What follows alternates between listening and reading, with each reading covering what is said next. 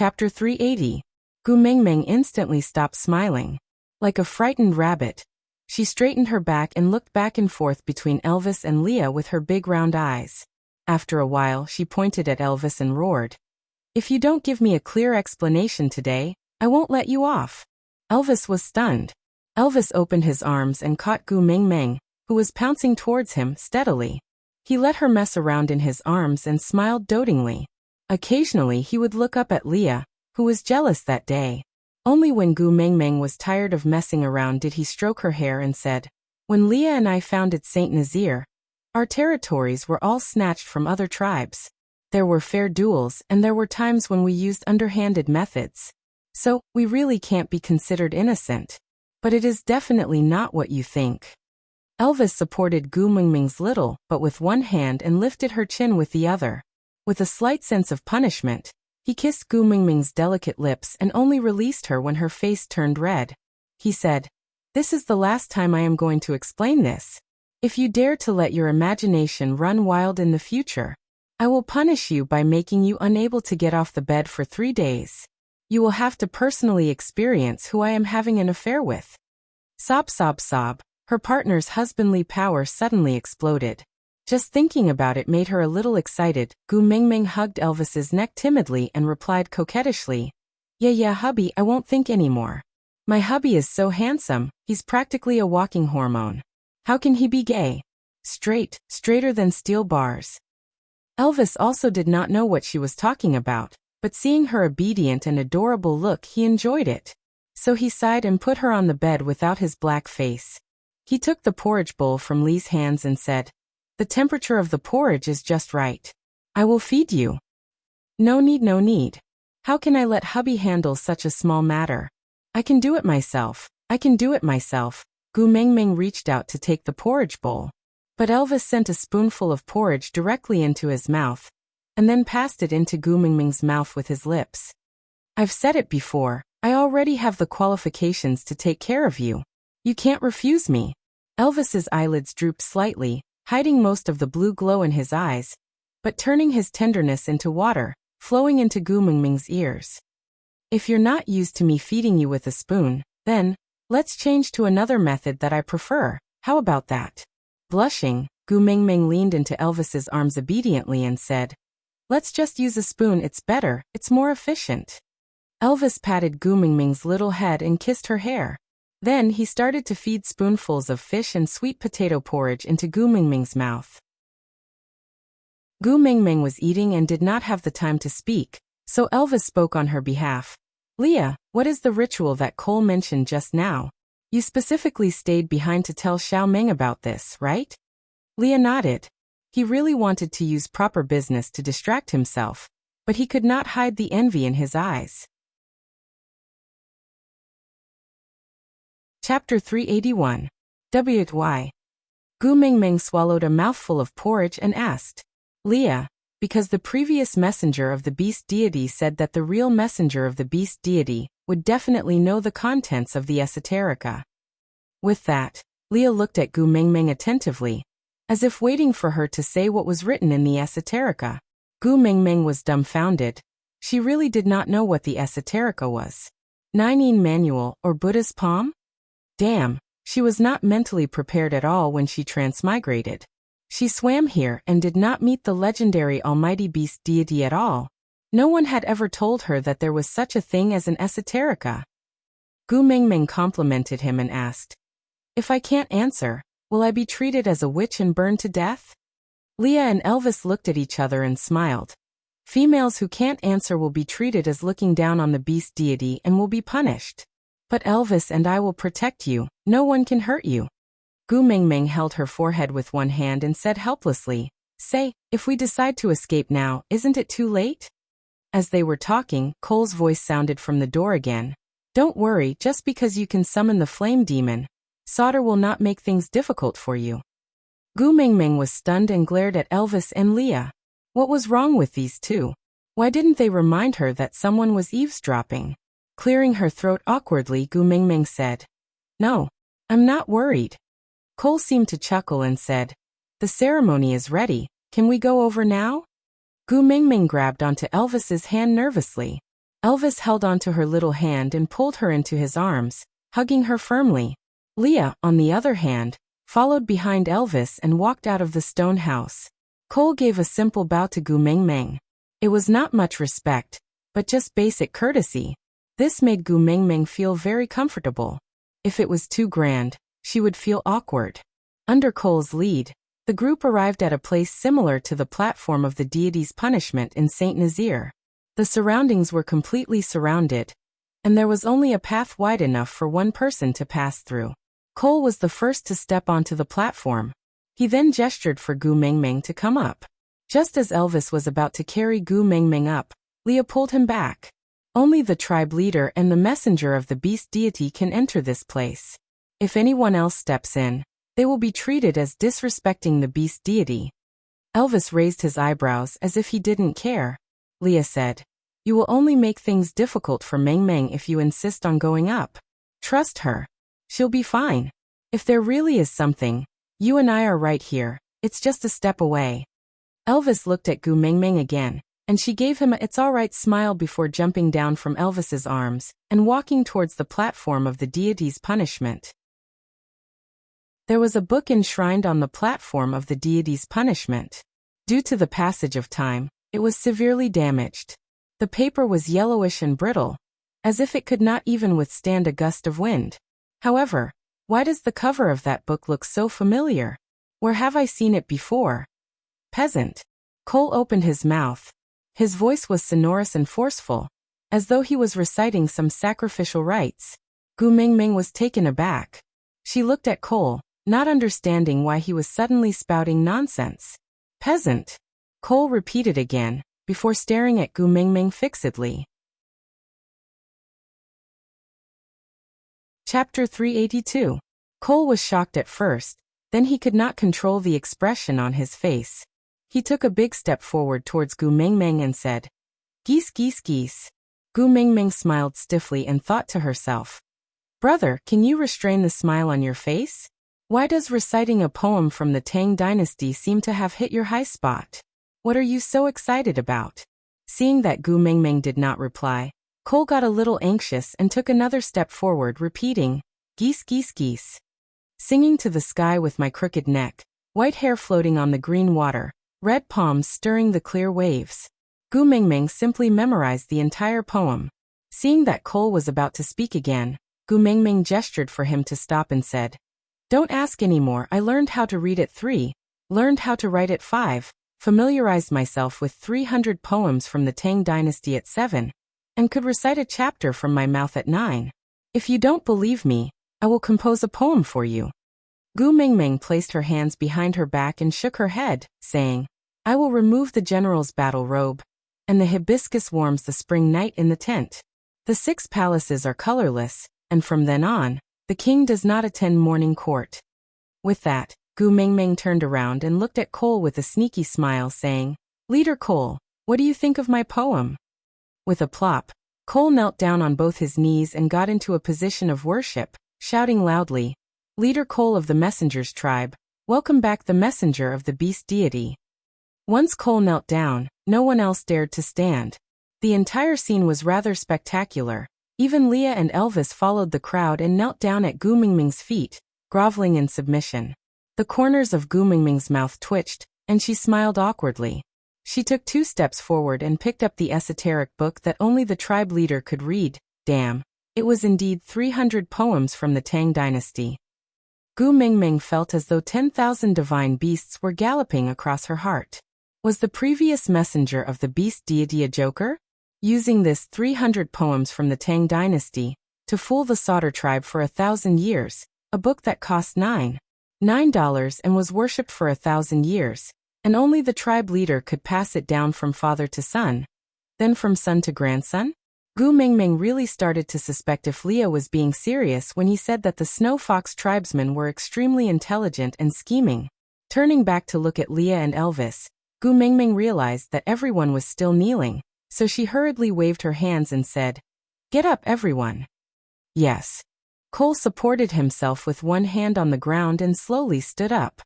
He moved closer to Gu Mengmeng and said respectfully, I came late to welcome you and caused the great messenger to be stranded outside. Please punish me.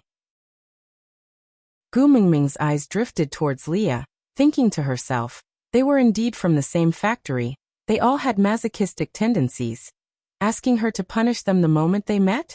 Should he wave a leather whip or drip wax? Gu Mingming shook her head. Subordinate? Leader Cole must be joking. I'm just a little female in Saint Nazaire. How would I dare to order you to be my subordinate? Cole wanted to say more, but Gu Mingming interrupted him and continued. This, is the ceremony over? You don't have to burn me, do you? Can I go now? My mate is still waiting for me there. Great messenger. Cole took a step forward and stood in front of Gu Mingming. He lowered his head respectfully and said, since the great messenger has returned, you should naturally stay and solder. This is your tribe. As for your partner, he can stay with you. Gu Mingming raised her brow. What if I don't agree? Are you going to force me to stay? Cole lowered his head and said, I don't dare to.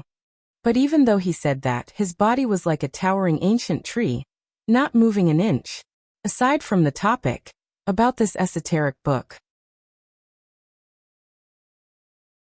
Chapter 383. Gu Mingming smiled and patted Cole's shoulder lightly. It's best if you don't dare to. After all, if you anger me, it won't do you any good. With that, she walked past Cole and walked down the platform. Elvis caught Gu Mingming steadily and carried her in his arms. He turned around and left, not caring about what was happening behind him. Leah did not say anything and just followed behind Gu Mingming quietly. The group returned to the small stone house that Gu Mingming stayed in previously. After entering the house, Leah asked, that esoteric manual, you don't want it? Gu Mingming smiled. Are you interested in that esoteric manual? Leah nodded his head honestly and Gu Mingming replied with an understood expression. Then she said, I'm lying when I said that I can recite all 300 Tang poems, but it's a given that I can recite the more familiar ones. Coincidentally, I know both poems that Leader Cole tested me on today. I stopped him from asking because I was afraid that he would ask something unpopular and I would not be able to memorize it. But if you are interested, I can teach you when I teach Hutta and his brothers. Gu Mingming sat on the bed. The more she thought about it, the funnier she felt. She waved at Elvis and Leah. I finally know why the previous messenger of the beast deity said, the real messenger of the beast deity would definitely know the contents of the esoteric manual. Damn it, at my place, all the children who graduated from kindergarten can memorize these Tang poems. No matter how bad their studies are, they would definitely be able to memorize these few poems. So, I now believe that you guys said that I am the messenger of the beast deity. Leah and Elvis looked at each other and exchanged glances. Leah asked, then what do you plan to do next? Gu Mingming shrugged. I'll first participate in the beauty pageant and bring the person I like back to Saint Nazaire. Leah frowned. You directly said that you don't want to stay in solder today. I'm afraid that Cole will not let you off so easily. Gu Mingming thought about it and replied, I think he is quite a gentleman. He doesn't look like he would do anything scary. But Leah gave a bitter smile. Have you forgotten? The Snow Fox tribe is the best at reading people's minds. This level of disguise is nothing to him. Gu Mingming thought about it again. He would dedicate a book of 300 poems of the Tang dynasty for 1,000 years. Gu Mingming smiled and patted Li's shoulder. Don't worry too much. We'll deal with whatever comes our way. My identity was announced in public today, and the whole world's eyes are probably on solder now.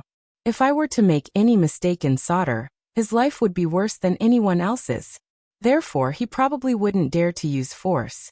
Even if we take 10,000 steps back and say that he really has evil intentions and wants to play dirty with us. Haha. What if I am in a bad mood and accidentally burn down his solder? What should I do then? Seeing Gu Mingming's cheerful look, Leah did not say anything else. Some things should be shouldered by males. It would be best for her to be happy and carefree like this forever. The date of the beauty pageant was 3 days after Gu Mingming's identity was exposed. In these 3 days, the 3 words Saint Nazaire became the hottest topic on the streets. Actually, there was not much meaning in this competition anymore because not only the males, even the females who came to participate in the competition expressed their intention to join them. In other words, as long as Gu Mengmeng nodded, everyone in Sauter could be brought back to Saint Nazaire in one fell swoop. Beauty pageant. Was there still a need to choose? Aside from the topic, Gu Mengmeng, hoeing the fields at noon. Steamed bun *4. Ow, Leah. I want to be the peasant. You be the noon. Gu Mengmeng rolled her eyes at Leah and changed to another Tang Dynasty poem. The sun shines on the mountain in the daytime. The yellow river flows into the sea. Steamed bun *4. Ow, Leah. I want to be the yellow river. You be the sea. Gu Mengmeng slammed the table and changed to another one. 2 orioles chirping in the green willow, a row of egrets soaring into the blue sky. Steamed bun did not say anything and just turned to look at Leah. Leah smiled and said, change it, a white fox soaring into the blue sky. How about that? You be the blue sky. Gu Mengmeng's face darkened and she changed to another one. The winding path leads to a secluded place. The meditation room is full of flowers and trees. Leah simply stood up and hugged Gu Mengmeng's waist, saying, I am the winding path through. Huh. How about that? Gu Mengmeng flipped the table and said angrily, can you still learn Tang Dynasty poems happily? You have worshipped the esoterica for thousands of years. Where is your piety? Where is the respect you promised? Chapter 384. A beauty pageant had successfully turned into a recruitment fair for Saint Nazaire because of Gu Mengmeng's exposure. The first news was personally announced by Gu Mengmeng. This time, she was only releasing 50 slots. That meant that everyone who wanted to join Saint Nazaire had to fight for the slot. Only those who successfully obtained the slot would have the right to join Saint Nazaire. This was different from the past when the strongest chose the tribe. The primary and secondary relationship had been reversed, and the tribe chose the strongest. Elvis and Leah did not quite understand Gu Mengmeng's decision. Wasn't it better to have more strong males? Why did she only accept 50? However, Gu Mengmeng smiled.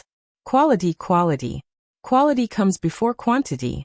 Only when there is a qualitative change can there be a qualitative change. If you are not good at it, what's the use of having more? Elvis completely could not understand the difference between qualitative and quantitative changes. He could only nod. Whatever you say, I'll listen to you. The tribe leader and first partner did not have any objections. Leah, the witch doctor and beast pet that could not be recognized, naturally did not have any room to raise any objections. Hence, the matter of the slots was decided. The first question that Gu Mengmeng gave was a day's hunt starting from sunrise and ending at sunset. The top 10 with the most prey would obtain the slots to join. Hence, on the first day, almost all the males in the city came out of their nests. Even the males who originally accompanied the females to participate in the beauty pageant had actively participated in it. In the past, only the beautiful females would join a tribe and the males would follow. This was the first time a female wanted to join a tribe. Her own males had to have the ability to obtain a slot before she could join as a family member.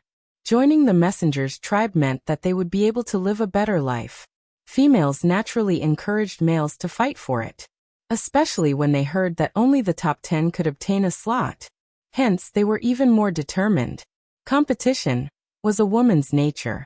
Be it in the present or ancient times, ordinary people or orcs, it was the same. Hence, the males risked their lives to hunt for prey outside while the females dressed themselves up beautifully. If there was no partner in the top 10, then they would just choose one on the spot. They were all the first beauties of their respective tribes.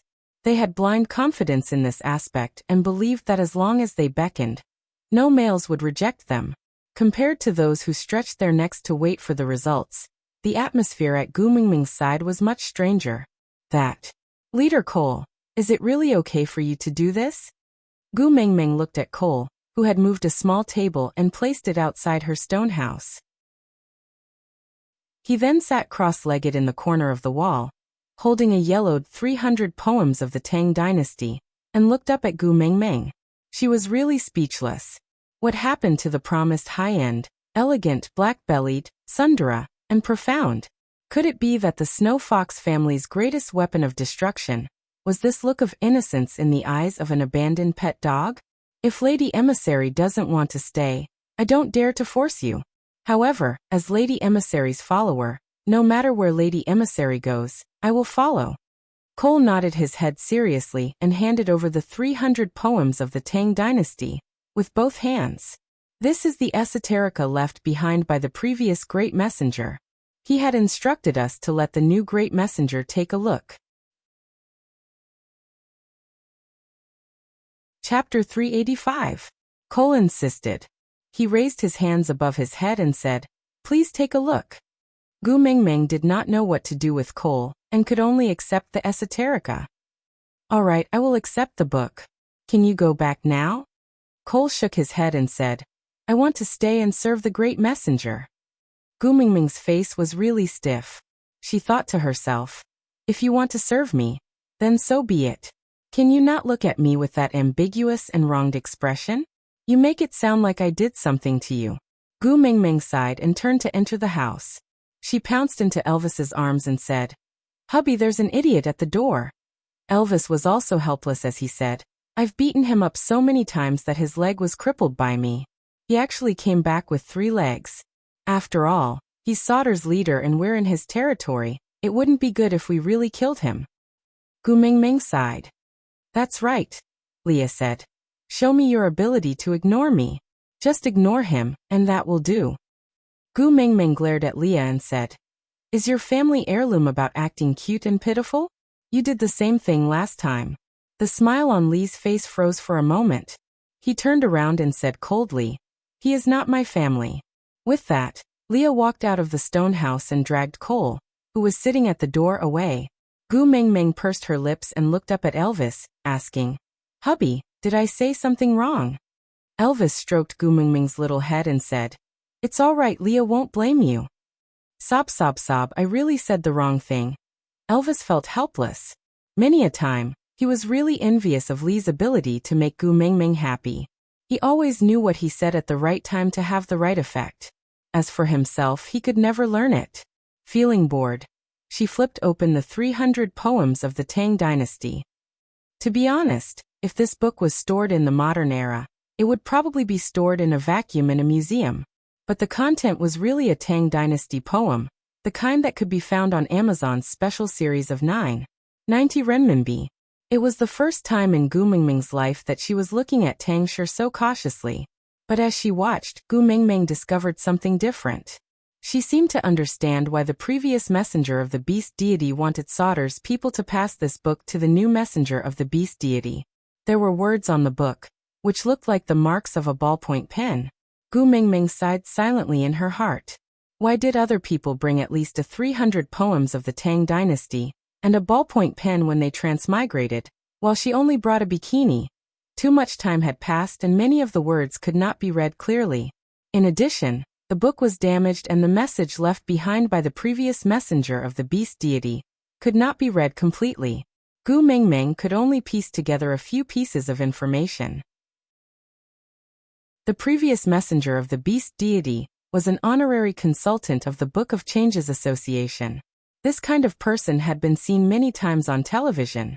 To put it bluntly, he was just a charlatan who spent money to buy a title that sounded rather intimidating, and then told people's fortunes. No wonder he insisted on calling fire the flame devil. He's a person who relies on superstition for a living. Gu Mingming muttered softly. Elvis also took a glance at the book. He could not see anything. The entire page was filled with scribbles. Gu Mingming wanted to read more of the content carefully, but it was very difficult to piece together other useful information. The word that appeared the most was dream. Aside from the topic, the author's imagination was opened. It had nothing to do with the plot. My babies just have to watch and be happy. 1,000 years later, the next messenger of the beast deity entered the beast world and came to Saint Nazir to investigate the secret of the previous legendary Gu Mingming. He obtained a magical artifact that Saint Nazir worshipped for 1,000 years, a set of 36D bikini. Chapter 386. Gu Mingming was a little confused. Dream? What does that mean? That everything she was experiencing right now was a dream? Wake up and find that it was all fake? Gu Mingming hesitated for a moment before looking up at Elvis. Then, she stretched out her evil little hand and pinched Elvis's ear hard. Elvis gasped in pain but did not dare to resist. He could only look at Gu Mingming innocently and said without hesitation, "Xiaoming, I was wrong." Gu Mingming let go and smiled awkwardly. It was a conditioned reflex for her to admit her mistake after twisting his ear. Rubbing Elvis's ears, she said, "Yeah, it's not your fault this time. I just wanted to try. Do you feel pain?" Elvis thought about it seriously and shook his head. "Actually, it's not very painful." Gu Mingming thought, if it was not very painful, could it be that she was really in a dream? After hesitating for a moment, Gu Mingming pinched her thigh harshly. Motherf asterisk cur. Gu Mingming was in so much pain that her tears fell instantly. Looking at the purple beads on her thighs, Gu Mingming really wanted to curse the ancestors of the previous messenger of the beast deity. "Lil Miss doesn't believe you." Gu Mingming rubbed her thighs while scolding with tears in her eyes. "So damn wicked, it hurts so much." Elvis sighed and slapped away her hands that were rubbing his thighs. Then he used his warm palms to rub the bruise on her thighs. He rubbed it rhythmically with moderate strength and said, "You pinched yourself like this the first time I saw you. And you did it again today. Do you have to pinch your thighs repeatedly?" Gu Mingming tilted her head. Could she pretend to be a retard? She had already forgotten that he had pinched her a long time ago. Why did Elvis remember it so clearly? I actually just want to make sure that everything that I'm experiencing right now is not a dream. People say that it doesn't hurt when you're dreaming. If it hurts, does that mean I'm not dreaming? Elvis turned his head and asked seriously. Gu Mingming nodded in reply. Elvis thought for a moment, then placed her on the bed and started to remove his beast skin dress. What are you doing? It's broad daylight. Isn't it inappropriate? This scene is too erotic. Hey, don't take it off, don't take it off. The door isn't closed. Gu Mingming stopped Elvis incoherently. Elvis held onto his half-removed beast skin dress and looked at Gu Mingming with a serious face. There are many ways to feel pain. Compared to pinching your own thighs, I think another method is better. Don't worry, I'll try my best to make you sure you're not dreaming. Gu Mingming was already drenched in cold sweat. Brother, please don't try too hard. Gu Mingming didn't was. Thinking of this, Gu Mingming felt even more like an idiot. On the night of mating, she had almost died from the pain, and now she was suspecting that everything was just a dream. Gu Mingming maintained her stiff smile and helped Elvis wear the beast skin dress properly. Then she nodded her head and said, "There's no need to verify it anymore. I already deeply understand that this is not a dream." Elvis scooped Gu Mingming into his arms after helping him put on the beast skin dress. He hugged her tightly and whispered into her ear, "Promise me, if all this is just a dream to you, then please kill me before you decide to wake up. Don't leave me alone to face a world without you. To me, it's a nightmare that I'll never recover from." Aside, Elvis thought, "Xiaoming, I think you might really be dreaming. It's better for us to verify it." Gu Mingming was so terrified that she stepped back. "Hubby, don't be like this, really. I'm sure I'm not dreaming." Elvis pounced forward. "But I'm not sure." 10,086 words of detailed description were omitted here. Chapter 387. Silly Girl. Gu Mingming smiled and hugged Elvis back. She patted his back lightly and said, "A world without you is just a barren land. If it's a dream, it must be a good dream that I exchanged my entire life's luck for. This is a once-in-a-lifetime luxury. If I'm really about to wake up, you must hug me tightly and make me stay. If you really can't do it, just knock me out. After all, I won't be so lucky to meet you like this again." The atmosphere was just right. She should have expressed something further. Anyway, she was not done wearing the beast skin dress, right? But, great messenger. Cole stood at the door with a snow-white fox in his hands. Gu Mingming instinctively pushed Elvis away, but he hugged her even tighter, not letting her escape from his arms at all. "You're the one who said it, to hug you tightly." Gu Mingming smiled. Gu Mingming cleared her throat and said, "You are taking my words out of context. What I'm saying is, if I'm about to wake up, you have to hug me tightly." Elvis shrugged and said, "As long as you are not in my arms, I will treat it as if you are about to wake up." Gu Mingming's heart was beating wildly. Even though they were an old married couple and had 4 children, Gu Mingming's resistance and immunity towards Elvis, who was saying such sweet nothings in a serious manner, was decreasing day by day. She punched his chest and said, "Someone is watching, it's not good." Elvis raised his brows and glanced at Cole. "You like him?" Gu Mingming was stunned for a moment before shaking her head violently. "What are you saying? One Leah is enough to give me a headache. Why would I go and provoke others?" Elvis nodded with a cold expression. "One fox is enough for our family." Gu Mingming was speechless. That was not what she meant, all right? Leah was also not her family's fox, all right? But what could she do if she could not refute him? Clenching her teeth, Gu Mingming sighed in resignation, and was about to ask Cole what was the matter. But Elvis spoke first. "Xiaoming doesn't like you, so it's useless even if you win against Leah. Our family's rule is that only challenges with Xiaoming's approval count. Besides," Elvis pointed at the fox in Cole's hand and said, "he is just a beast pet, not Xiaoming's partner. If you want to challenge me, you have to find me." The word awkward was clearly written all over Gu Mingming's face. Cole had only treated her as a follower of the messenger of the beast deity, and had never once said that he liked her. This kind of behavior of randomly pulling a stranger on the street, and then scowling at him to stop coveting his wife, was he a chinibyu or a lunatic? Gu Mingming tugged at Elvis's arm and said, "Cole doesn't like me at all. It's very awkward for you to say that." When Elvis's gaze met Gu Mingming's, it became extremely gentle. His brows slightly touched and his blue eyes were filled with deep affection like the vast sea of stars. "In this world, there's no one who doesn't like you. Every male is a rival in love. We need to be careful." Puff. What a chinibyu theory, but my heart is beating really fast. What should I do? Was this the so-called beauty in the eye of the beholder?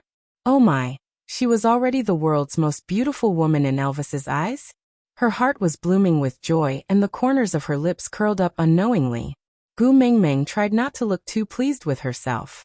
She waved her hands and said, "I'm not money, how can everyone like me?" "Don't spout nonsense, Cole didn't mean it that way." Aside from the topic. Alright babies. Today's update has ended. Chapter 388. Cole did not say a word, but his eyes were filled with confusion and some unexplainable things. "Great messenger, can I come in?" Cole asked. "No." Elvis replied firmly without hesitation. Cole did not insist and just nodded his head. Then he placed the fox at the door and stroked his head as if he was stroking a pet dog. He instructed, "Since you have already become the great messenger's beast pet, you must serve the great messenger well and make her happy. This way you, as the Ninth Highness, can be considered to have contributed to the Snow Fox clan. Don't throw a tantrum in the future, understand? This will put the great messenger in a difficult position." Leah kept his mouth shut and did not say a word. He just turned his head and ran into the house, pouncing to Gu Mingming's side and circling her with his body. Then he rested his head on Gu Mingming's thigh and whimpered, as if he was acting coquettishly. Gu Mingming did not understand beast language and could only smile awkwardly. Cole stood at the door and bowed to Gu Mingming, then said, "Then Cole shall not disturb the great messenger's rest. I will guard the door, and you can instruct me if you need anything." Gu Mingming. "Huh, didn't you already give me your book? Why are you still squatting at my door? Aren't you the leader? Don't you need to settle the tribe's matters?" Cole stood at his original spot and replied with a smile, "Since the great messenger has returned, then the tribe's matters will naturally be decided by the great messenger. There will be others who will follow the rules to settle the trivial matters. So, my most important duty is to stay by your side, protect you, and serve you." Gu Mingming really could not get used to the word serve. It sounded so awkward. So she cleared her throat and asked, I am the messenger of the beast deity, so you have to listen to my words, right?" "Yes, great messenger," Gu Mingming said. "Then as the messenger of the beast deity, I order you to go back to where you came from. Don't block my way." This. Cole seemed to be in a difficult position. Gu Mingming continued, "Also, I've already said that Saint Nazir is my tribe and I won't stay behind, so you should manage the Sauter tribe yourself. Don't expect me to make any decisions, I don't have that much free time. Cole hesitated for a moment and said, or should I lead the whole of Sauter to submit to Saint Nazir? Does that mean I can stay by the great emissary's side to serve you? Gu Mingming felt that this suggestion was quite reliable, so she looked up at Elvis and then at Leah, only to see both of them shaking their heads at her at the same time. Although the action was not visible, they had after all lived together for so long, and this level of tacit understanding was still there. So Gu Mingming laughed and said, how can I do that? After all, Sauter is the tribe of the previous messenger of the beast deity. I've just arrived and I've already swallowed their territory. This is not in line with the rules of the martial world. Cole remained silent, and his gaze was filled with disappointment. He stood at the door and looked at Gu Mingming huddled in Leah and Elvis's arms, just like an infatuated boyfriend looking at the heartless woman who had dumped him hugging two beauties. Damn it, Lil Miss was hugging her own husband now. Why the hell are you standing at the door with an expression like your Qin Xianglian? Gu Mingming was roaring in her heart, but she only smiled awkwardly and said, Leader Cole, if there's nothing else, please go back first. I still have to be the judge to choose the warriors to join Saint Nazir later, so I won't entertain you. Yes. Cole replied slowly, then placed his right hand on his left chest, bowed to Gu Mingming and left slowly. Aside from the topic, I'm not sure if everyone noticed this. When Leah went out, he dragged Cole along, and when he returned, he was carried back by someone else, meaning, he didn't win, he was beaten back to his original state. Ha ha ha. Chapter 389. After confirming that Cole had walked far away, Gu Mingming pushed Leah and said, What's wrong with you? Didn't you go out to chase him away? Why did you get carried back by someone? Leah transformed into a human, retaining a large tail and a pair of furry fox ears. He pulled a beast's skin from the side of the bed to cover himself slightly, because he remembered that Gu Mingming did not like to see males naked. After settling everything, Leah then looked at Elvis seriously and said, Cole is at least a 4th-level beast, you have to be careful. Elvis nodded and said, I also sensed it. Although he had been hiding it well and did not expose his real power, but when I released my pressure that day, all beasts below 2nd level had already fainted. You, who were at the peak of 3rd level, also felt weak in the legs and dizziness, but he remained calm as if nothing had happened. 4th level pressure. Unless he is also a 4th level or higher, he would not be able to withstand it. Gu Mingming blinked her eyes and finally understood that the morning when Cole came to look for her after the crowd reported her for barbecuing in public, Elvis and Lee's pairing was not just to act cool. Snow foxes are naturally cunning, and Sauter is also the tribe of the previous messenger of the beast deity.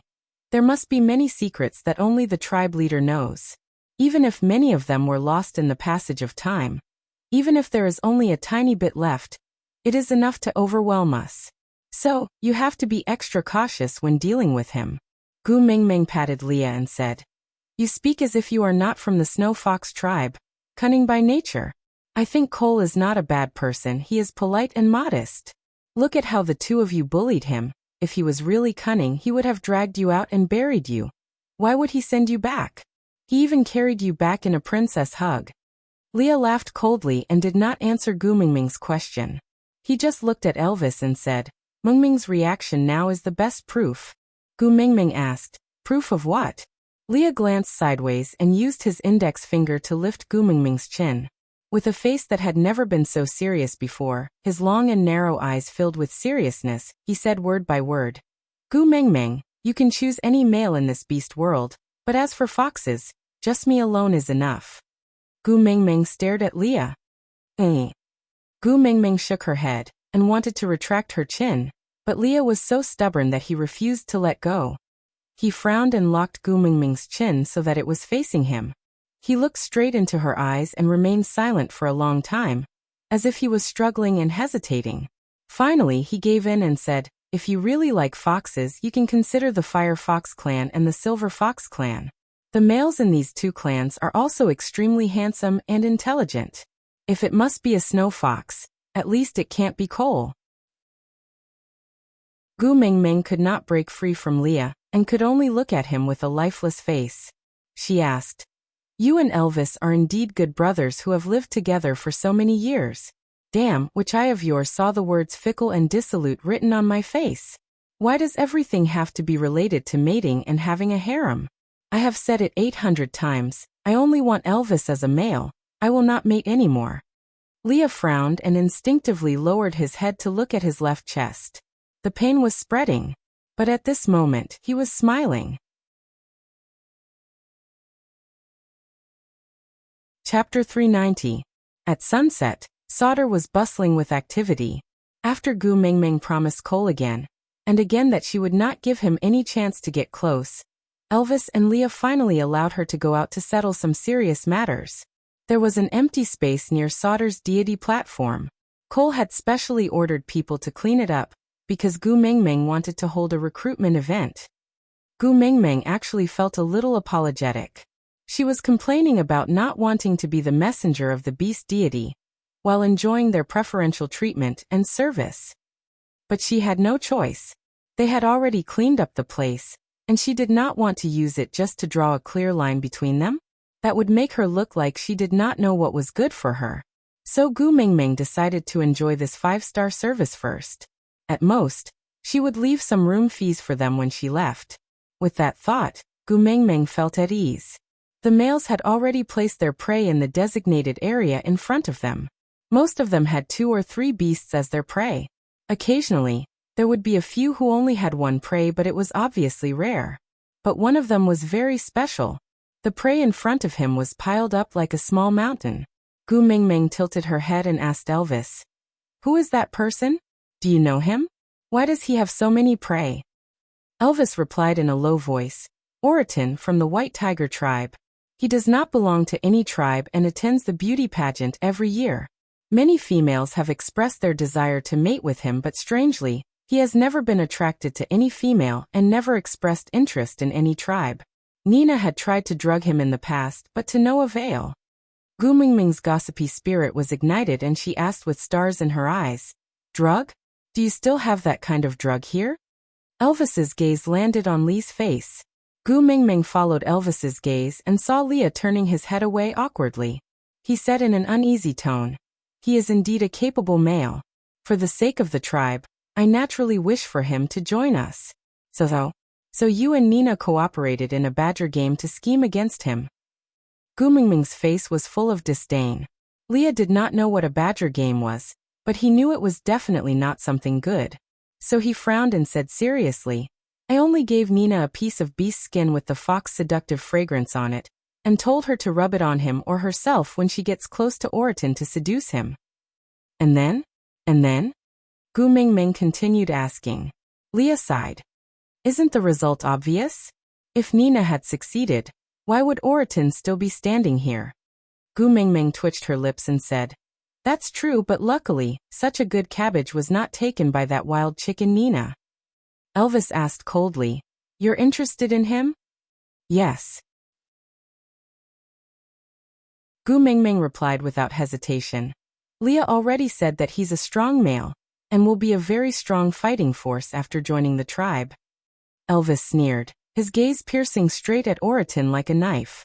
Smiling devilishly, he moved his shoulders and said, "Looks like I have to accept my first challenge after mating." "What?" Gu Mingming was dumbfounded by the murderous look on Elvis's face.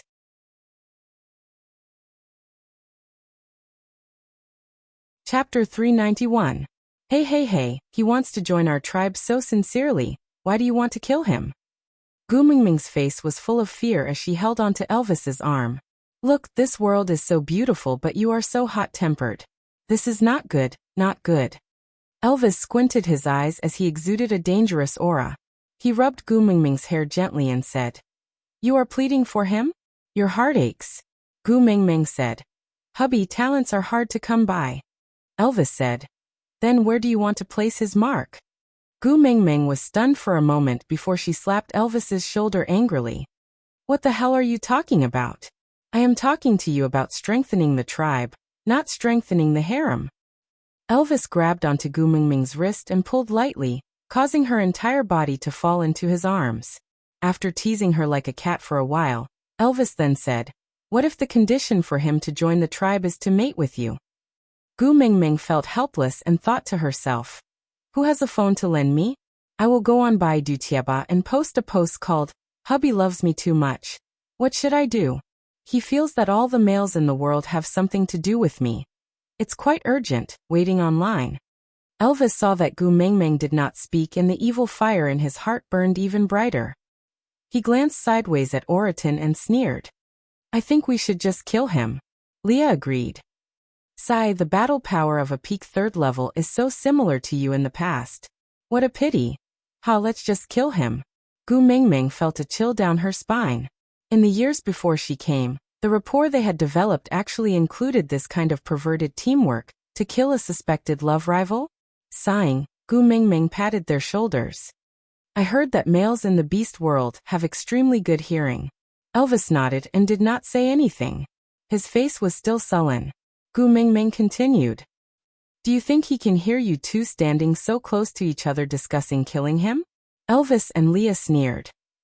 If he is not deaf, he should be able to hear us. Gu Mingming asked again. You know he can hear us. Why are you two still talking? Elvis used his fingers to lift Gu Mingming's little face and said with a faint smile, because he's a male that you've taken a fancy to, so we're giving him the last bit of mercy. If you still have a shred of self-awareness, you should run away now. The corners of Gu Mingming's lips twitched. She would never understand the world of males. Hubby, how about this? If the condition for him to join the tribe is to mate with me, then we don't want this person. My tribe lacks warriors, but my family doesn't lack men. But if he doesn't mean it at all and it's just the two of you making wild guesses, then let's take 2 deep breaths and forget everything that happened just now, okay? Elvis harumphed and turned to look at Oriton.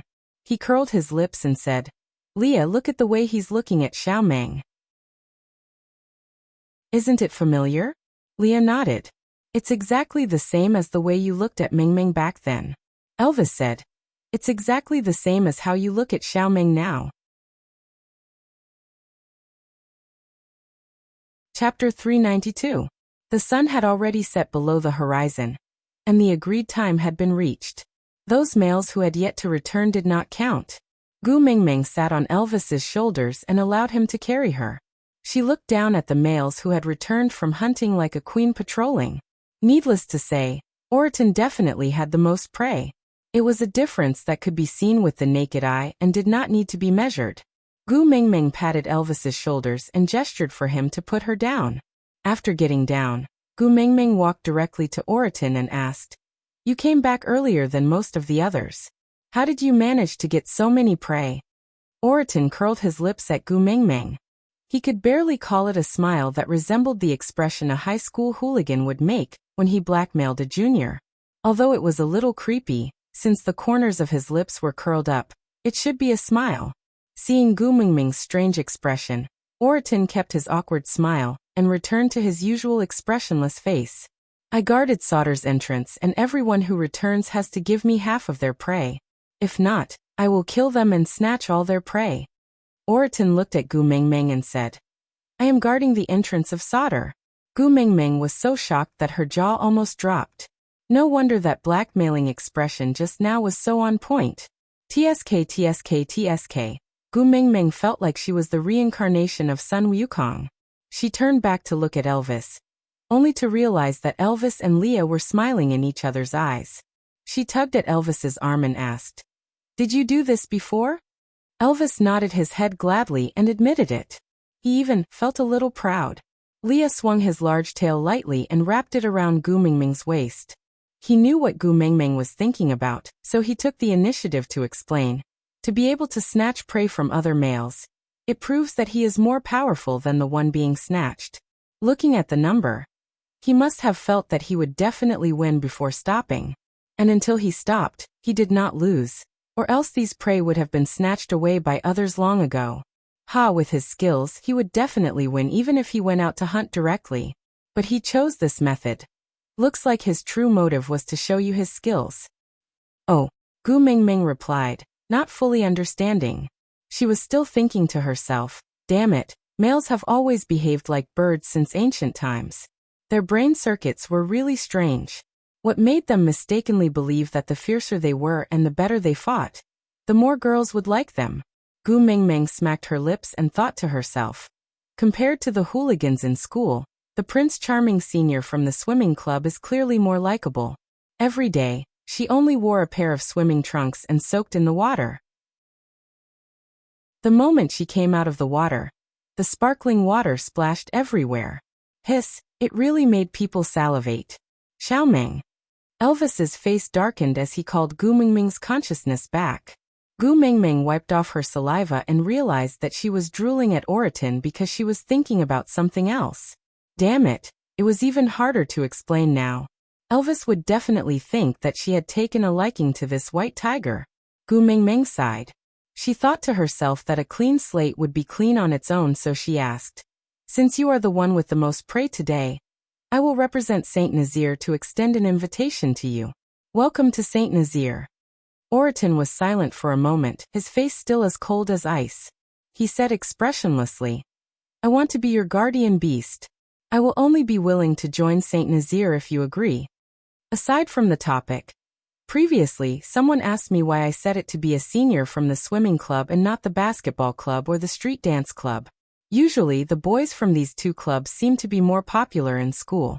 The answer is that when I was writing the outline of this article, it was during the Olympic Games. Chapter 393. Gu Mingming's body went limp and she almost fell. Was it because Elvis was too petty and jealous? Was it because of the sixth sense that males developed from the pressure of competition? But what's a guardian beast? Gu Mingming turned her head and looked at Leah. Leah swayed his large tail and said, "Look, someone like me who is handsome and knows how to please you but is not qualified to mate with you is called a beast pet. A plaything beside your knees. You can call me and order me to leave." Leah swayed his large tail and said, "I'm not qualified to mate with you." Gu Mingming immediately waved her hands and said, "Go, go, go, go." But Leah smiled. He held on to Gu Mingming's little hand and circled it from her left to her right. Then he leaned forward and leaned towards Gu Mingming. He grinned and said, "See, you can order them around, right?" Gu Mingming faked a smile and gave up on the treatment. She waited for Leah to continue. "Leah, guardian beast is also a type of family member, but its position is lower than the beast pet. It's the first line of defense for females. When they encounter any danger, they will be the first to block in front and fight for time for the females and other family members. But because they don't know how to please females, they usually don't even have the chance to enter the cave. Mating is even more impossible. To put it bluntly, they are just guards of the cave entrance." Gu Mingming looked at Oriton awkwardly and whispered to Leah, "Can't you be more tactful with your words? It hurts my pride." "Pride?" Leah repeated Gu Mingming's last two words. Then he smiled and moved his flirtatious face to Gu Mingming. His furry large tail swept against her calf from time to time, and he said in an ambiguous and affectionate voice, "What's the use of pride for males in front of females? Look at how Elvis and I have degenerated into acting as half-orcs to please you." Gu Mingming then realized that ever since she rubbed Elvis's tail once when she was pregnant, he had never kept his tail. She could always grab it and hug it in her arms. When she was sitting, it was the armrest. When she was lying down, it was a warm blanket. When she was standing, it was a toy in her hands. When she was doing OXX, it was a sex toy. She was used to Elvis's tail being by her side, and had forgotten that only half-orcs would have beast characteristics. Elvis, had people been pointing at his back and laughing at him for being a half-orc? How could he have never noticed this? Gu Mingming hugged Elvis guiltily and said, "Keep your tail, you're clearly not a half-orc." Elvis smiled. "It's enough that you know I'm not a half-orc." "But they will laugh at you," Elvis replied. "I don't care what they think." Gu Mingming hugged Elvis's waist and pouted. "Hubby, you will spoil me like this." Elvis said, "Other females have a few or even dozens of males coaxing them, but you only have me." Since they couldn't compete in quantity, they could only compete in quality. You said that only a qualitative change could lead to a qualitative change. So what other females have? I can't let you have less. Gu Mingming was so touched that she was filled with love. She whimpered, "Hubby, you are so nice." Chapter 394. Oriton was silent for a moment before replying. It's impossible that there are only 2 males beside the messenger of the beast deity. Elvis narrowed his eyes and his murderous aura started to spread.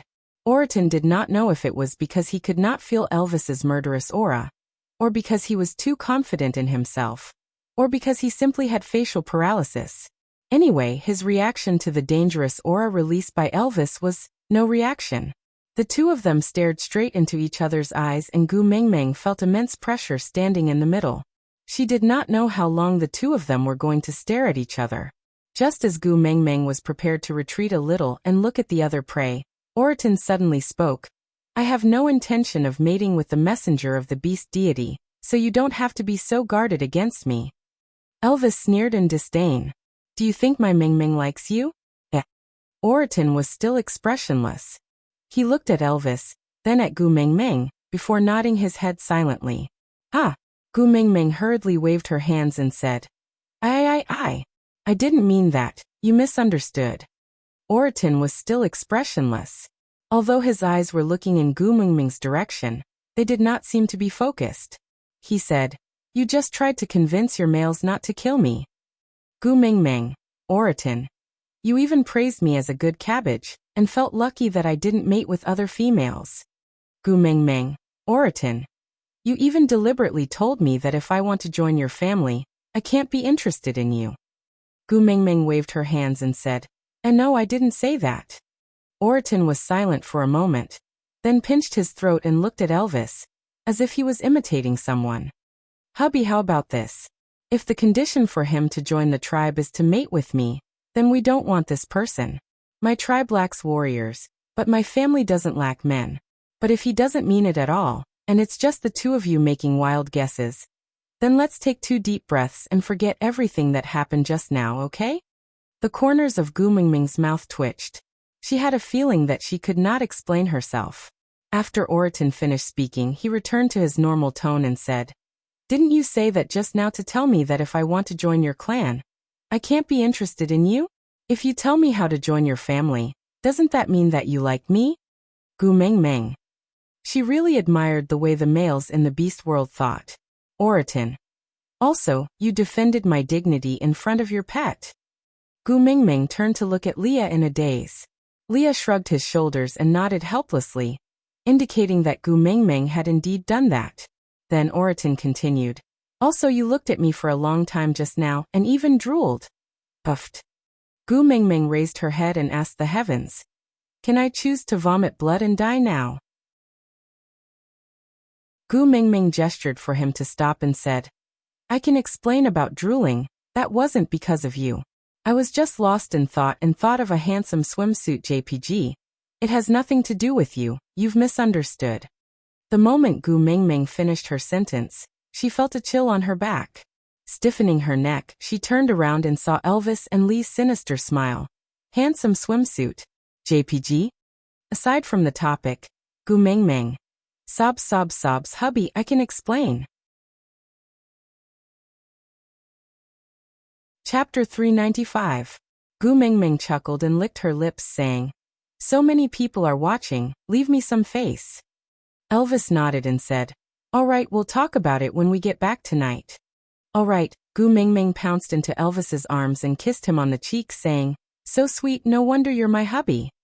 Elvis chuckled and gently caressed Gu Mengmeng's little head. The corners of his lips curled up, but his voice was so calm that there was no fluctuation. There's no use trying to please me. You have to explain clearly to me about the swimsuit, Prince Charming. Gu Mengmeng sighed and really wanted to give herself 2 tight slaps. Why did she have to mention the swimsuit, Prince Charming? Leah also gave a fake smile and moved closer to Gu Mengmeng's ear, saying, Yeah, I also really want to know. How does that Prince Charming look like? Gu Mengmeng laughed guiltily and said, Let's get down to business first, all right? Everyone's waiting. Elvis and Leah exchanged glances before looking at Oriton, saying, If your condition is to become Xiao Meng's guardian beast, then we can only take it that you have given up on this spot. Unfortunately, you and Saint Nazir are not fated.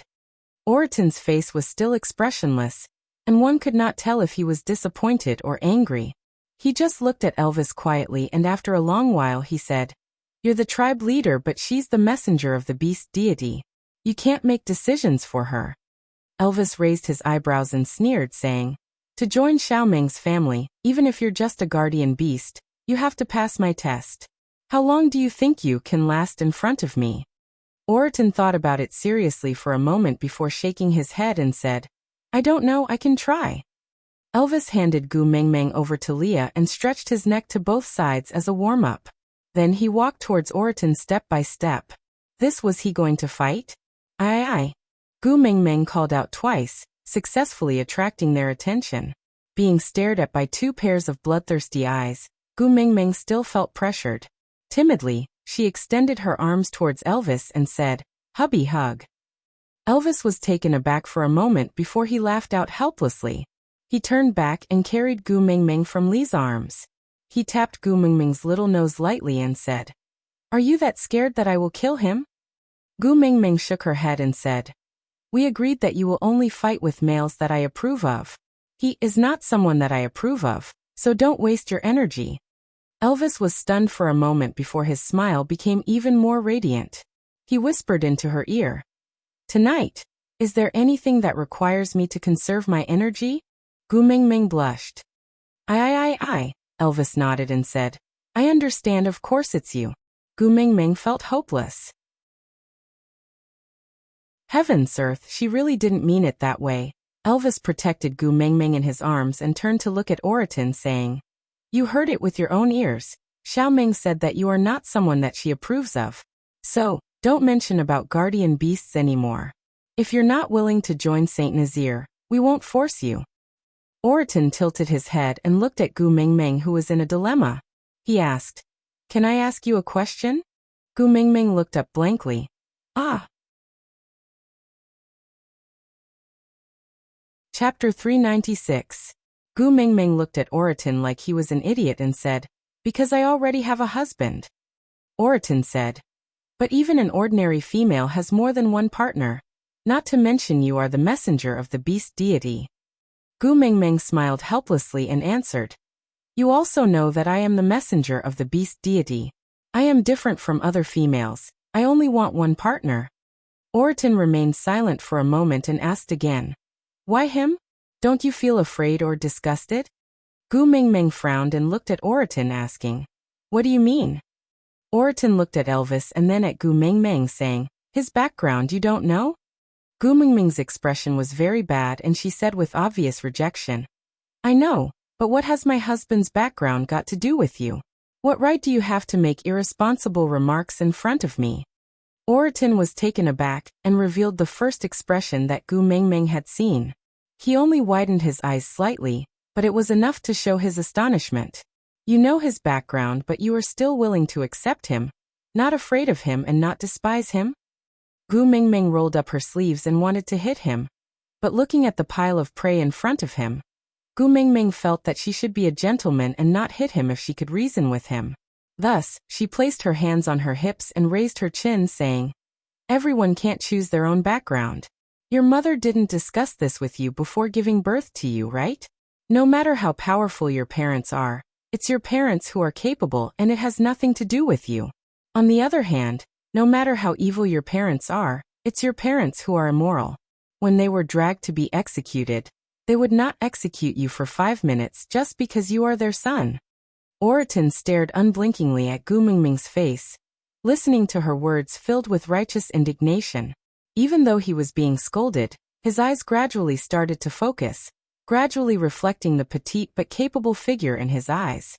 "If you have any right to criticize my husband, it should be under the premise that you have done something better than him, and not because your parents are more powerful than his parents, understand?"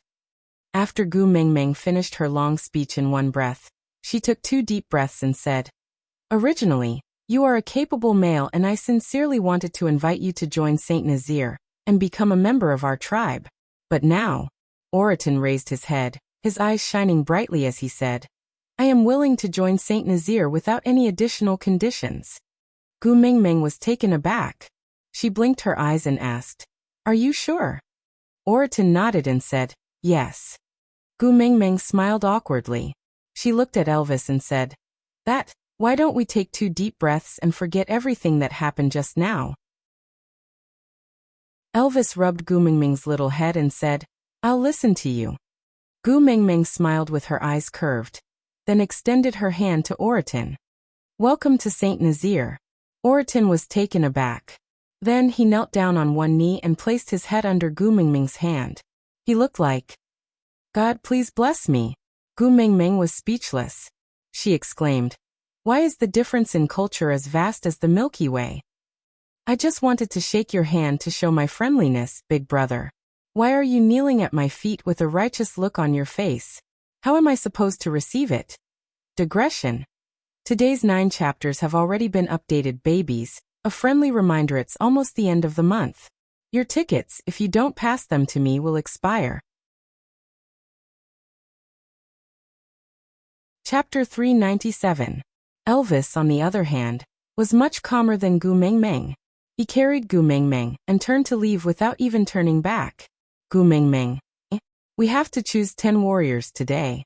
We have only chosen 1, there are still 9 more. Elvis smiled. Leah had already judged the rarity and quantity of the prey when you were flirting with Oratin.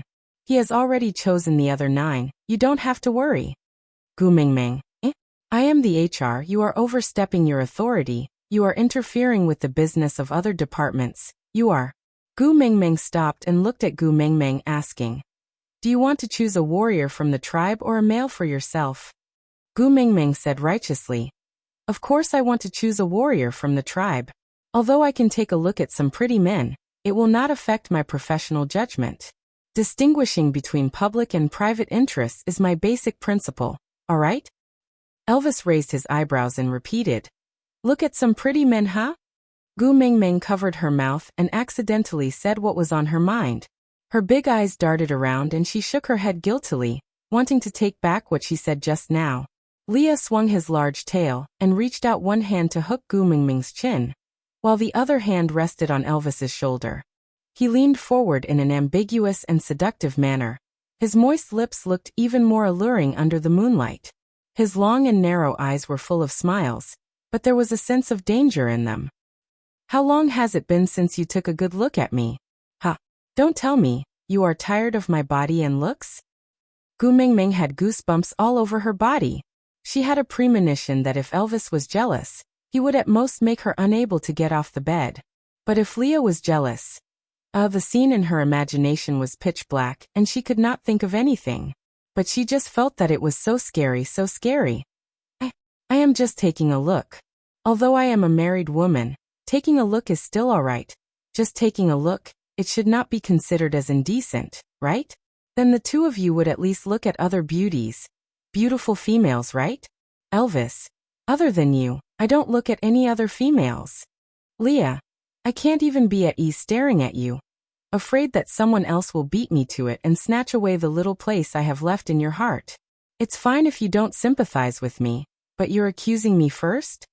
Gu Mingming lowered her head and said, I was wrong, all right. I won't look at handsome men in the future, all right. Elvis looked at her aggrieved look and felt very complicated. He sighed and said, if you feel that I can't satisfy you and you need more males, why don't you consider Leah first? Gu Mingming wanted to cry, but no tears came out. I really know my mistake. I will keep my private life and private life separate from now on. When I'm working, I will only work. When I'm looking at handsome men, I will only look at you, all right? Don't talk to me about mating again. I really don't have that thought. I just want to take a look. Elvis did not say anything more, and just carried Gu Mingming towards the stone house.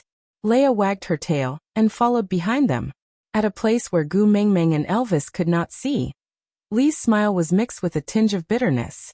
If he could also hug Mingming like this, and ask her if she had taken a fancy to another male. Was it because he couldn't satisfy her? How great would that be? Sighing, Leah reverted to his usual flirtatious self. He kept all his emotions and pretended that he was not sad. Aside from the topic, recommending her good friend Half Candy, who was currently PK. Battle of the Aces, God of War and Wild Wives. There is a mission that needs to be forged with blood and fire. It needs to be honed with life and death. This was a story about a mission and bloodshed. Mo Bing, the legend of the new military camp. It was rumored that she was arrogant and unruly, cold and heartless. She never cared about anyone. In reality, she disguised herself as a man and became the first female commander in history to command troops on the battlefield. Sniping, fighting, capturing, everything was easy for her. Deserts, jungles, highlands. She left her beautiful figure everywhere. Mo Bing's greatest joy in life was fighting the strong and flirting with the Prince Charming, torturing the weak and fighting with the best. Lung Shouting, the legend of the military world. It was rumored that he was the king of hell of the military world.